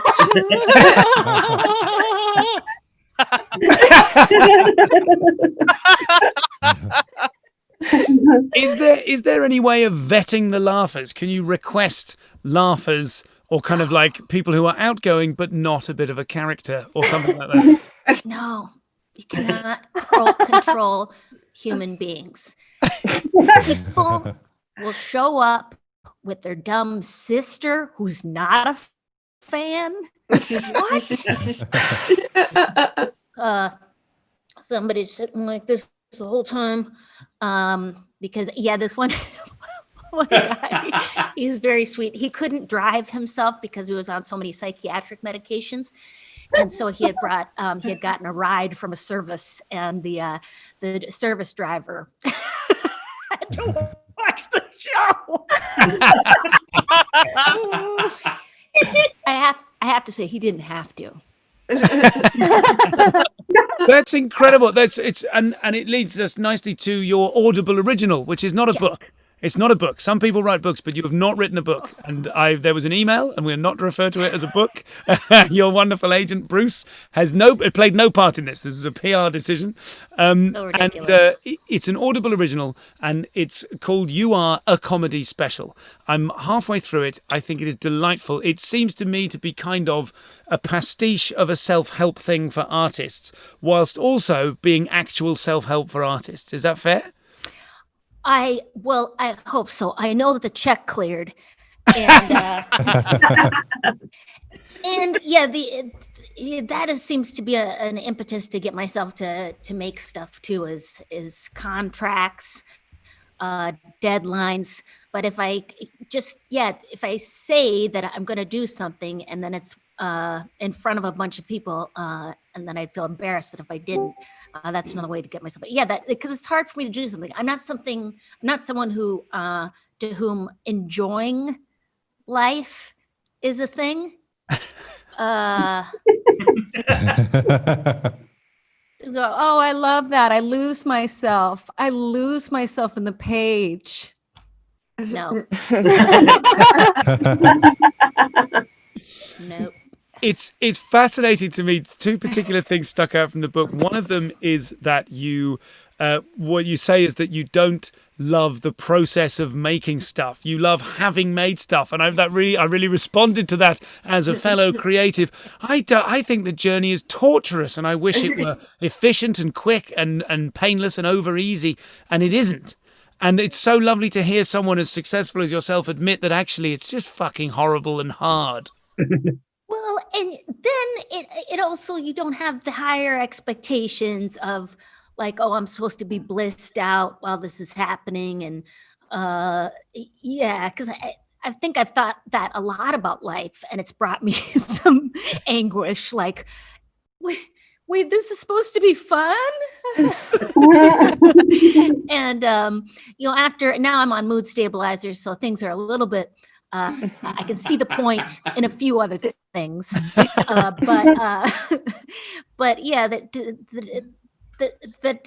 to just enjoy and to connect with others. That's what I really like doing about the one-on-one shows, is that I can talk to somebody else and hear what they're working on, or if any way I could help them, and if they needed some help from a useless 50-year-old white woman. There are some moments in the book. There are some descriptions of things you've done or things that you suggest that are clearly joke things, and then there are some where I think there's such kind of detailed things. I'm like, there must be some truth in that. Have you been going to Debtors Anonymous? Oh yes. And you're not supposed to say which one you're in, because that's a creepy cult room. No, I've been in that for like 25 years. I love 12-step groups. Number one, they're free. Number two, free. They cannot kick me out. They cannot kick you out, even if you say go to every meeting. And this is what I do, and say, hey, I don't believe in most of the shit. And if I go to a meeting and I'm carrying a Bud Light, a giant Jack Daniels, bottle of Jack Daniels, and I'm eating an ice cream cake with a stolen porn DVD, all they'll say is, oh, she's a newcomer, keep coming back. They're so good. So fantastic. You don't have to do any of the things that they say. It's just fun. It's like an open mic. People shouting out their worldview in timed 3-minute segments to a largely disinterested crowd. It's so good. One of the things that I think you said is so beautiful, and I heard it maybe 3 days ago, and I've already told loads of people about it, is when you talk about your stand-up comedy set or art, as you can sort of interpret it more widely, is a house that you build for yourself to live in. So why would you build it to someone else's specifications? And I was like, oh, that's so wise, Maria. Oh, well, I mean, but yeah, because there's kind of, I know that comedy can be seen as a service job where they're like, oh no, you want to make the whole crowd laugh so everybody has a good time. I can't do it. I can't do it. I'd love everybody to have a good time, but that does not seem to be what's happening sometimes, especially when I work at casinos. So let's just stop the madness. You know, I'm going to have to say this stuff over and over again. I would hope that I'm my biggest fan. And you also you ask and answer kind of in the voice. There's several times you adopt the voice of the person for whom the course is aimed, for whom the book is aimed at. And at one point you ask, as a kind of the nascent creative, you ask, "How will I know I'm ready? How will I know I'm ready?" Which I feel like that's a question you must be asked a lot with people who are kind of going, "Hey Maria, I want to do comedy. I want to do an hour. How will I know I'm ready?" Yeah, and you're not. Just do it. You're not ready. That's just perfect. It's a sort of I can't remember the mythological thing. It's ancient. It's a sword of something. That's one of those. Damocles. Damocles. Is it Damocles? Is that the right thing? Am I thinking of the Gordian knot? Was that the same story? The point is, how will I know when I'm ready? You're not ready. That's proper wise. Yeah, no, I'm not ready. I mean, I recorded that audiobook and I was just like, is this any? Well, they said it was all right. And then I left the studio and nobody yelled out at me to come back. So it was come back. So I'm gonna throw it open to the floor for some questions, and indeed in the stream chat if you'd like to join in. First, we should go to Shara, because Shara teleported in. She donated and supported the show in order to teleport in and meet you, Maria. Shara, what's your question? So when you're getting dressed, do you put socks or trousers on first? Yes. I have to say trousers. Yes, thank you. Because socks aren't always a part of the vision. Thank you. But I also live most of the time in California, so I also, I'm kind of dirty and disorganized. Unless I'm going to be on television, and so I walk around with a bare foot.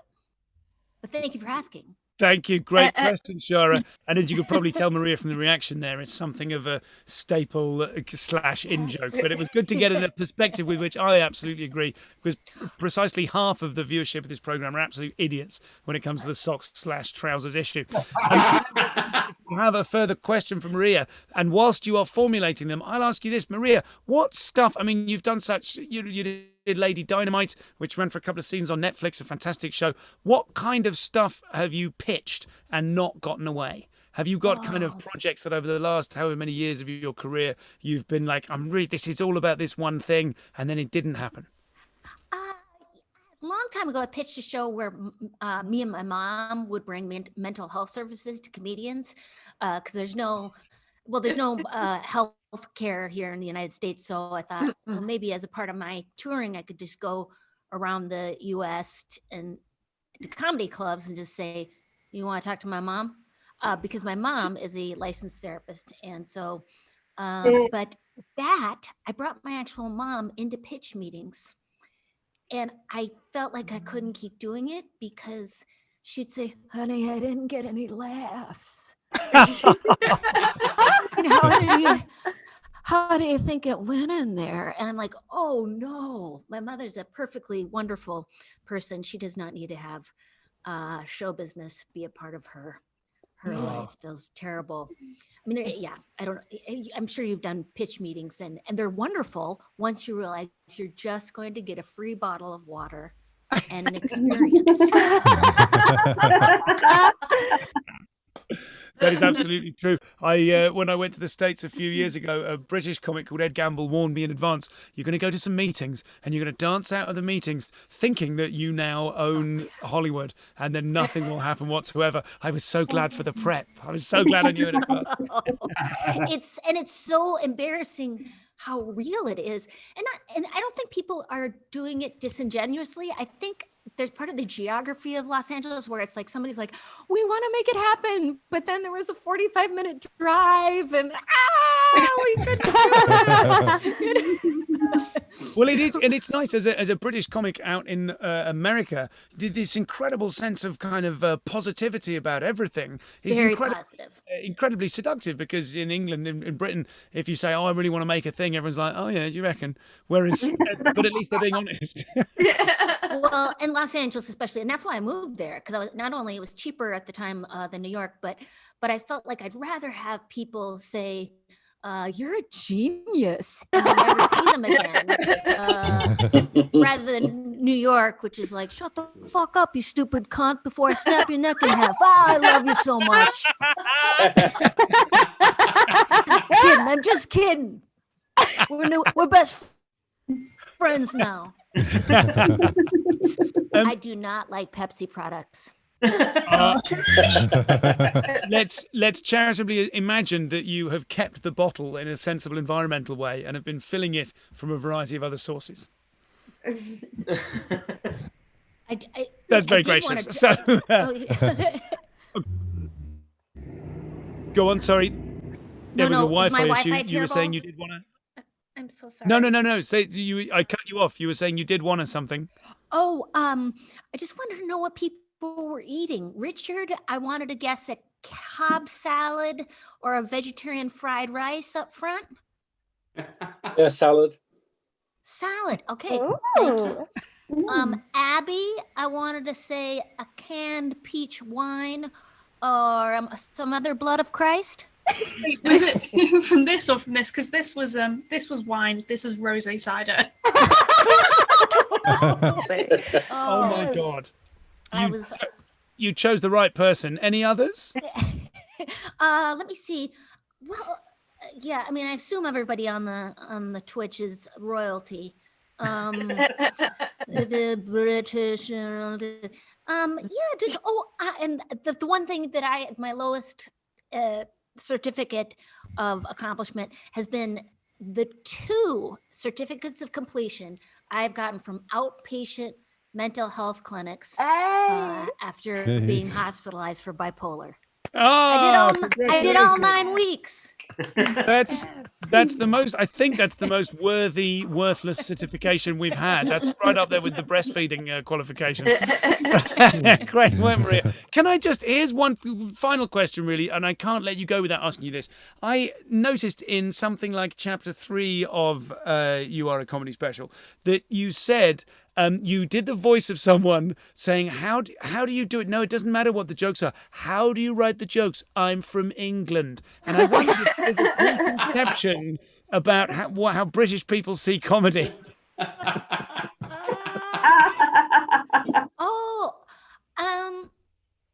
Well, I think from my point of view, it always seems like things that the level of writing is always is sometimes stronger in the UK, just in terms of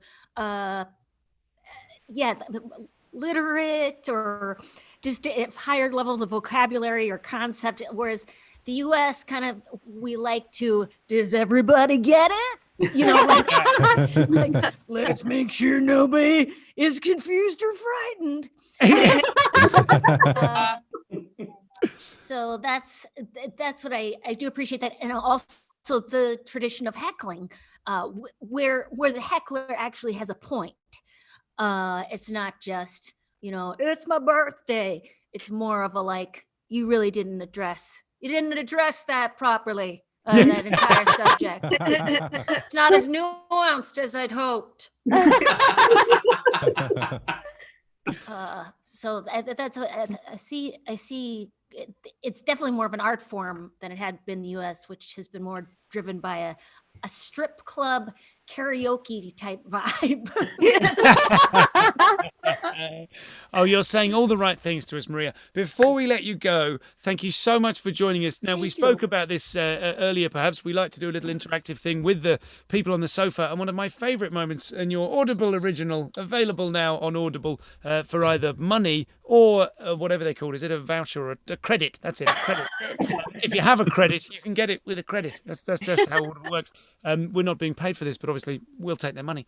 So, the question is this: one of the things I most enjoyed was to hear you get angry at one point in the book, playing this sort of angry role and referring to people as both fuck chops and ass baskets. So I wondered, to us, Maria Bamford, the great honour of improvising some creative swear words about the chumps you see before you here on the Infinite Sofa. So if you'd like to be done by Maria, would you please raise a hand?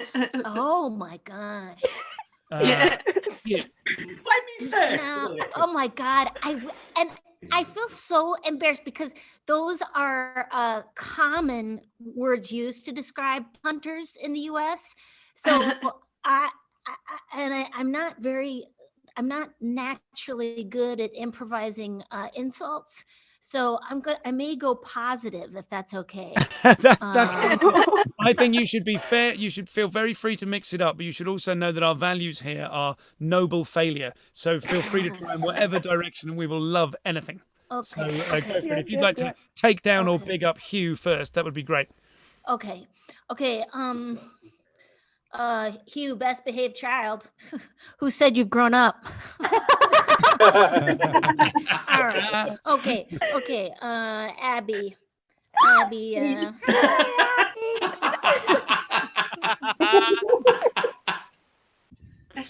I do love lots of good. You've got lots of good color and lighting. Your lighting has been fantastic. You're the future. You're a young person, so I have nothing to say. I just have nothing to say. So I support you, and I in no way want to crush your spirit. Because guess what?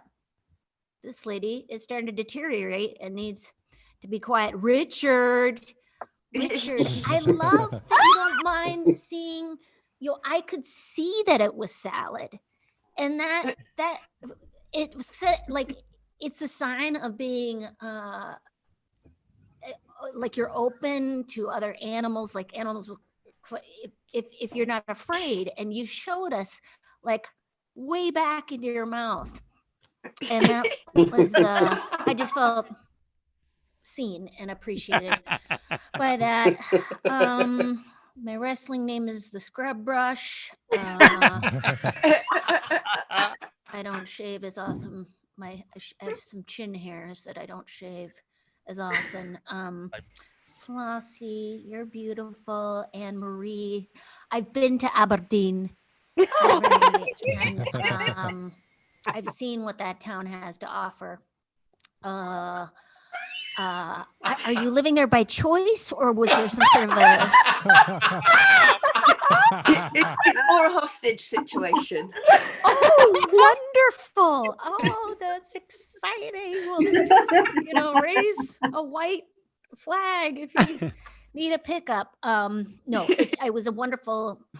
these are things I learned in Aberdeen. I'm not sure if their language...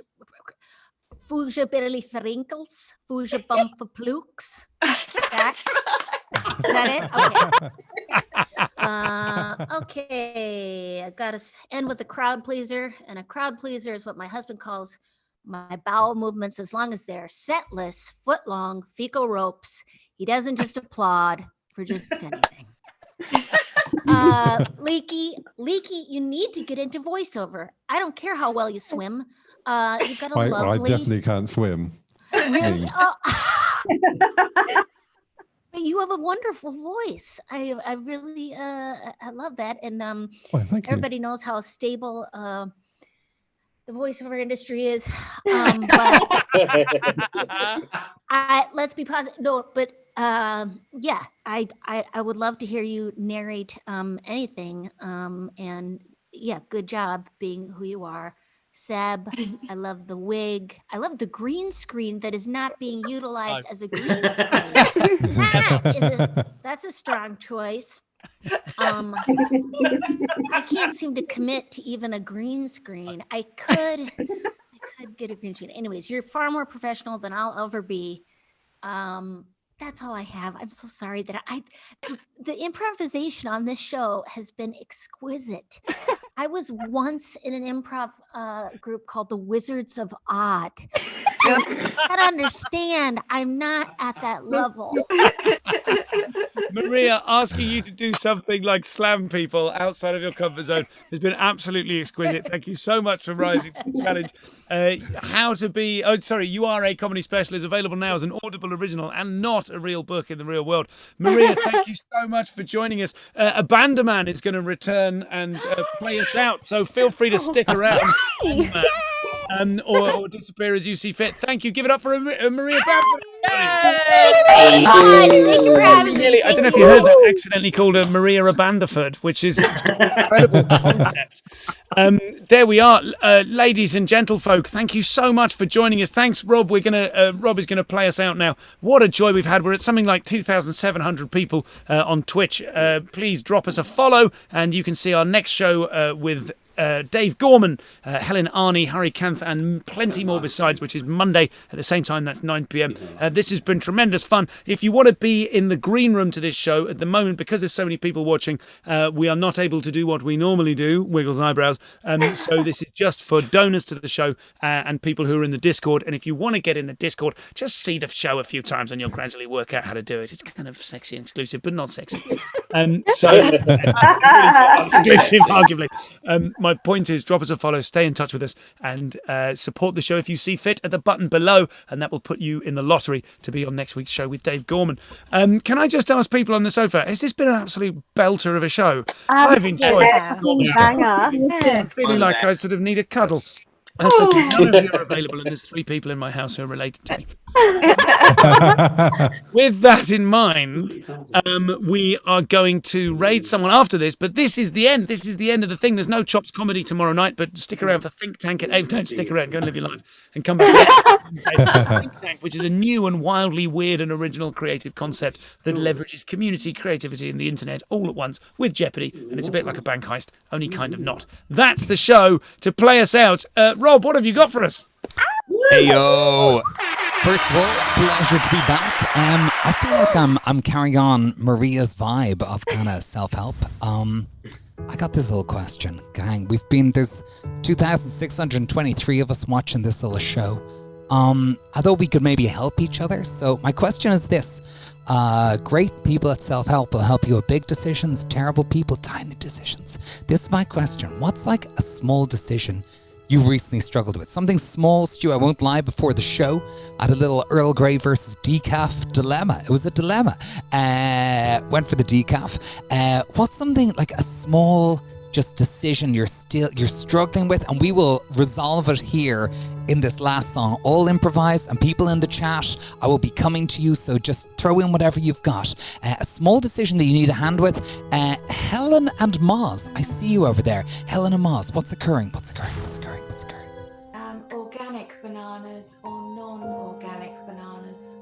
Big. Yo, Helen, that is, may I say, just shout out the organic or non-organic bananas. That's, and what would you be making? Who knows? Just shenanigans. Let's go. Who else has got a tough decision out there? Let's go for another one. Flossie, what's your tough decision that you're trying to navigate in life? Go ahead. I'm wondering if I need to keep this e-girl nonsense pink or if I should make it blue, the card. So it's a tough question. Just give me so what is the name of that front area? Is it a fringe? It is a fringe. These are my bangs, and this section here I would refer to as e-girl nonsense.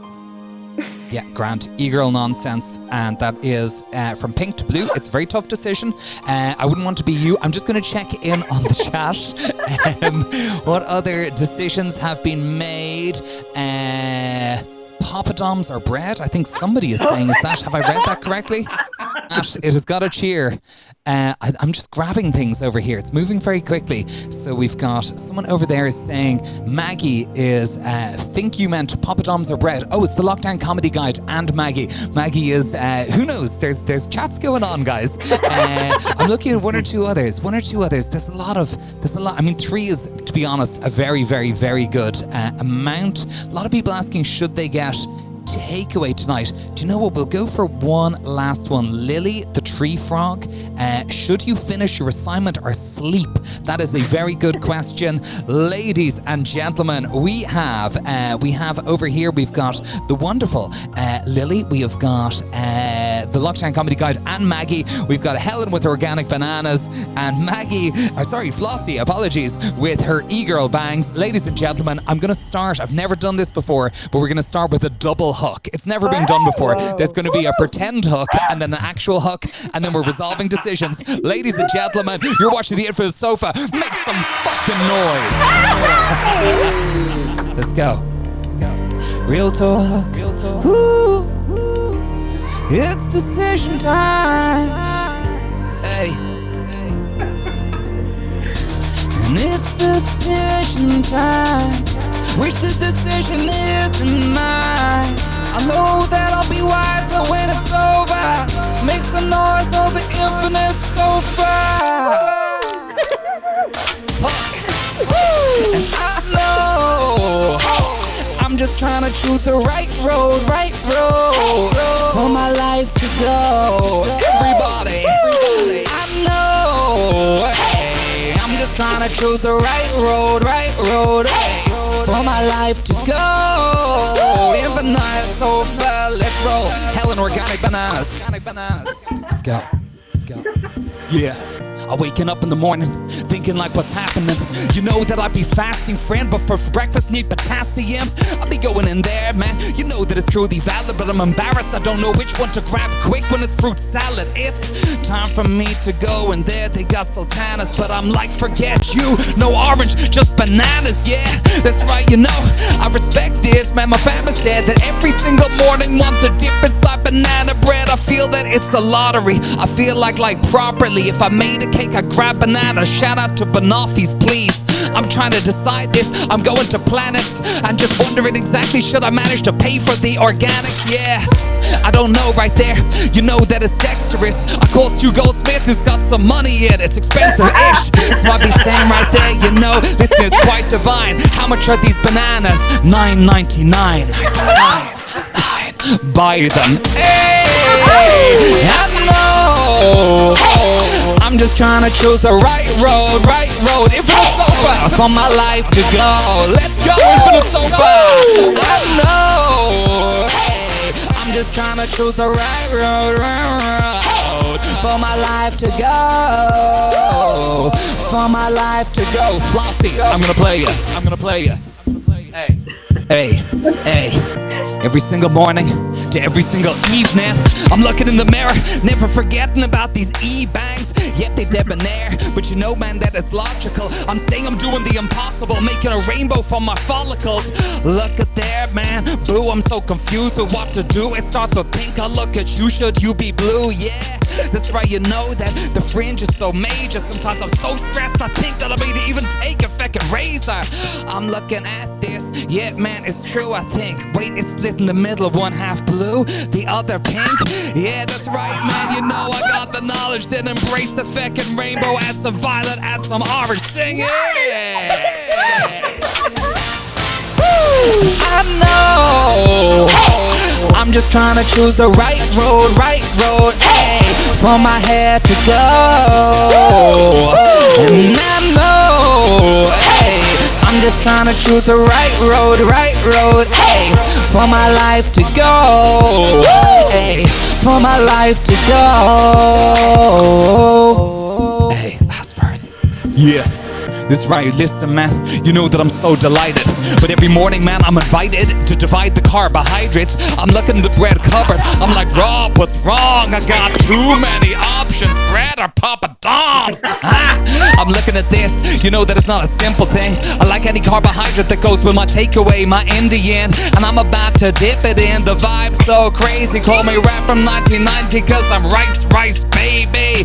Yeah, that's right, the Papa Dom's inside of my bread. But I'm bougie, Atlantic, organic, I might buy some rye bread. Yeah, that's right man, I be so delighted. They both feckin' nice, the best thing since sliced bread. I'm looking in and I don't even know ya. Ask my people at the Infinite Sofa. Asked you, which one will you choose for the song? It's your choice, brother, bread or a Papa Dom. Or a Papa Dom. Pop it on, please. Say again? Pop it on, please. Every time. Yeah, man, we dropping the song. We're going back to Stuart's house for a Papa Dom. I know, hey, I'm just trying to choose the right road, hey, for my bread to go. And I know, I'm just trying to choose the right road. If for the sofa for my life to go. If for the sofa, make some noise. Ladies and gentlemen, tough chats, but we made some big decisions out there. The answer was, of course, always go for organic bananas. They have better fair trade policies. Flossie, blue or pink? I say just split the difference, do both sides, just see what happens in the middle when the colors merge. Of course, with Papa Dom's and bread, it's always Papa Dom's. We're not a lunatic. And I realized that I forgot one person, and I'm so sorry. That one person over here asking the question, Lily the Tree Frog, shall I finish my assignment or sleep? What I would do is I would use the sleep app that records everything that you say during your sleep and dream about the assignment and hand in whatever comes out as an experimental piece of art theatre that ultimately will get an audience here on Twitch. Jesus, sure, if the Infinite Sofa can do it. Ladies and gentlemen, please do follow me at Abandoman. I do shows very regularly, all freestyle, all involving your suggestions. Ladies and gentlemen, let's pass ourselves back to our favourite host, the wonderful Stuart Goldsmith. Make some noise! I never feel cooler than when when Abandoman says my name over a track. We did a tech run earlier on, and I was like, he just said Goldsmith whilst doing rap. It was so great. Abandoman, everybody! Absolutely incredible. Thank you so much, everybody. What a night. Listen, I've got to make sure I don't forget the things. We're going to raid Seb. Are you there, Seb? Where's Seb? Has Seb gone off to start streaming so that we can raid Seb? Yeah. Okay, and we're going to raid Seb shortly. Listen, all of these lovely people are here on the Infinite Sofa with me because they supported the show with a cash donation ranging from the contractual minimum to the absolutely heroic. And that put them in a pool of people, a lottery of people who got to be on the show next time. You can support the show without taking part in the show. So just drop us some money with the thing, you know, the button thing. Come on, Goldsmith is going well. Just support the show because, you know, comedy's exploded and I keep saying exploded, I mean imploded. It's barely happening anymore. It's going to be a long time until the comedy clubs and the comedy circuit worldwide are back what they are. Meanwhile, Muggins here is sitting here on a rapidly expiring American work visa that is worth nothing at the moment. So if you want to support the show, please do so. It's free, but it can only survive with your generosity. And if you can't see a button under the window, you're on Android mobile, and it's no good really. So instead, go to infinitesofa.com and you can do it there. There is no Chops Comedy Online tomorrow, but join us on Wednesday at 8 o'clock. We'll be doing a brand new thing. Plus, you can get bootleg merch via infinitesofa.com. Bootleg merch is when people who have become, I'm going to call you fans, just get over your fans. People who become fans of the show create their own merch of the show, of things that are said on the show and what have you, and things like this. Flossie, everyone show your bootleg merch. So this, for example, this is Tight 90. It shows the hours that the show takes place. It was made by this man. It was made by... Hello, guilty as charged. And then put through a Redbubble shop, and then we bought it. I bought one as well. So it's my way of giving back to the people who... It's pointless. It's pointless. But it becomes less pointless the more of you buy the actual merch. This week's Child Labour podcast, that's my podcast with me and Sindhu V. We talk to Hobbit and Jake, who are friends of mine, and have a 3-year-old child whose gender they don't reveal to anyone, including close family. It's a gender expansive thing, and it's probably going to put a lot of noses out of joint. So get in there first and enjoy that wonderful and sensitive podcast.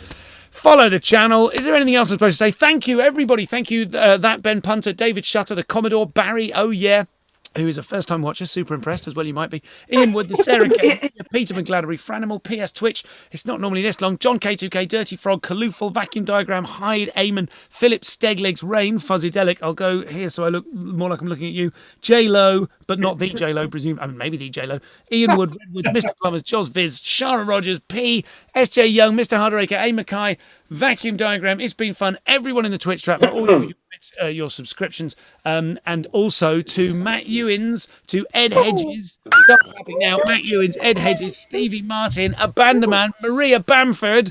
Thank you so much, everybody. It was Flossie's first time in the co-host check. I've been Stuart Goldsmith. This guy is on Live at the Apollo sometime soon. It says over. And oh, does it? Can you zoom out? No, I've only drawn this bit. And that's the end of the thing. What a tremendous load of fun that was. We'll see you in the green room now if you know how to get there, and if you don't, take some time, become a fan of the show, follow the channel, see more of them, and you'll find out how to get in the green room with all the top talent, by which I mean me, Leaky, and Flossie. Everyone, if you're watching at home, just clap on the stream chat for all of the people on the sofa who made the show what it is. Thank you, Holly, Amanda, Shara, Richard, Sam and Roz, Leaky, Abby, Helen and Moz, Matt J, Anne-Marie, Hugh, and Flossie. Thank you. I've been Stuart Goldsmith. Goodbye forever. Yay! Well, no, I mean, come back next time. Yeah.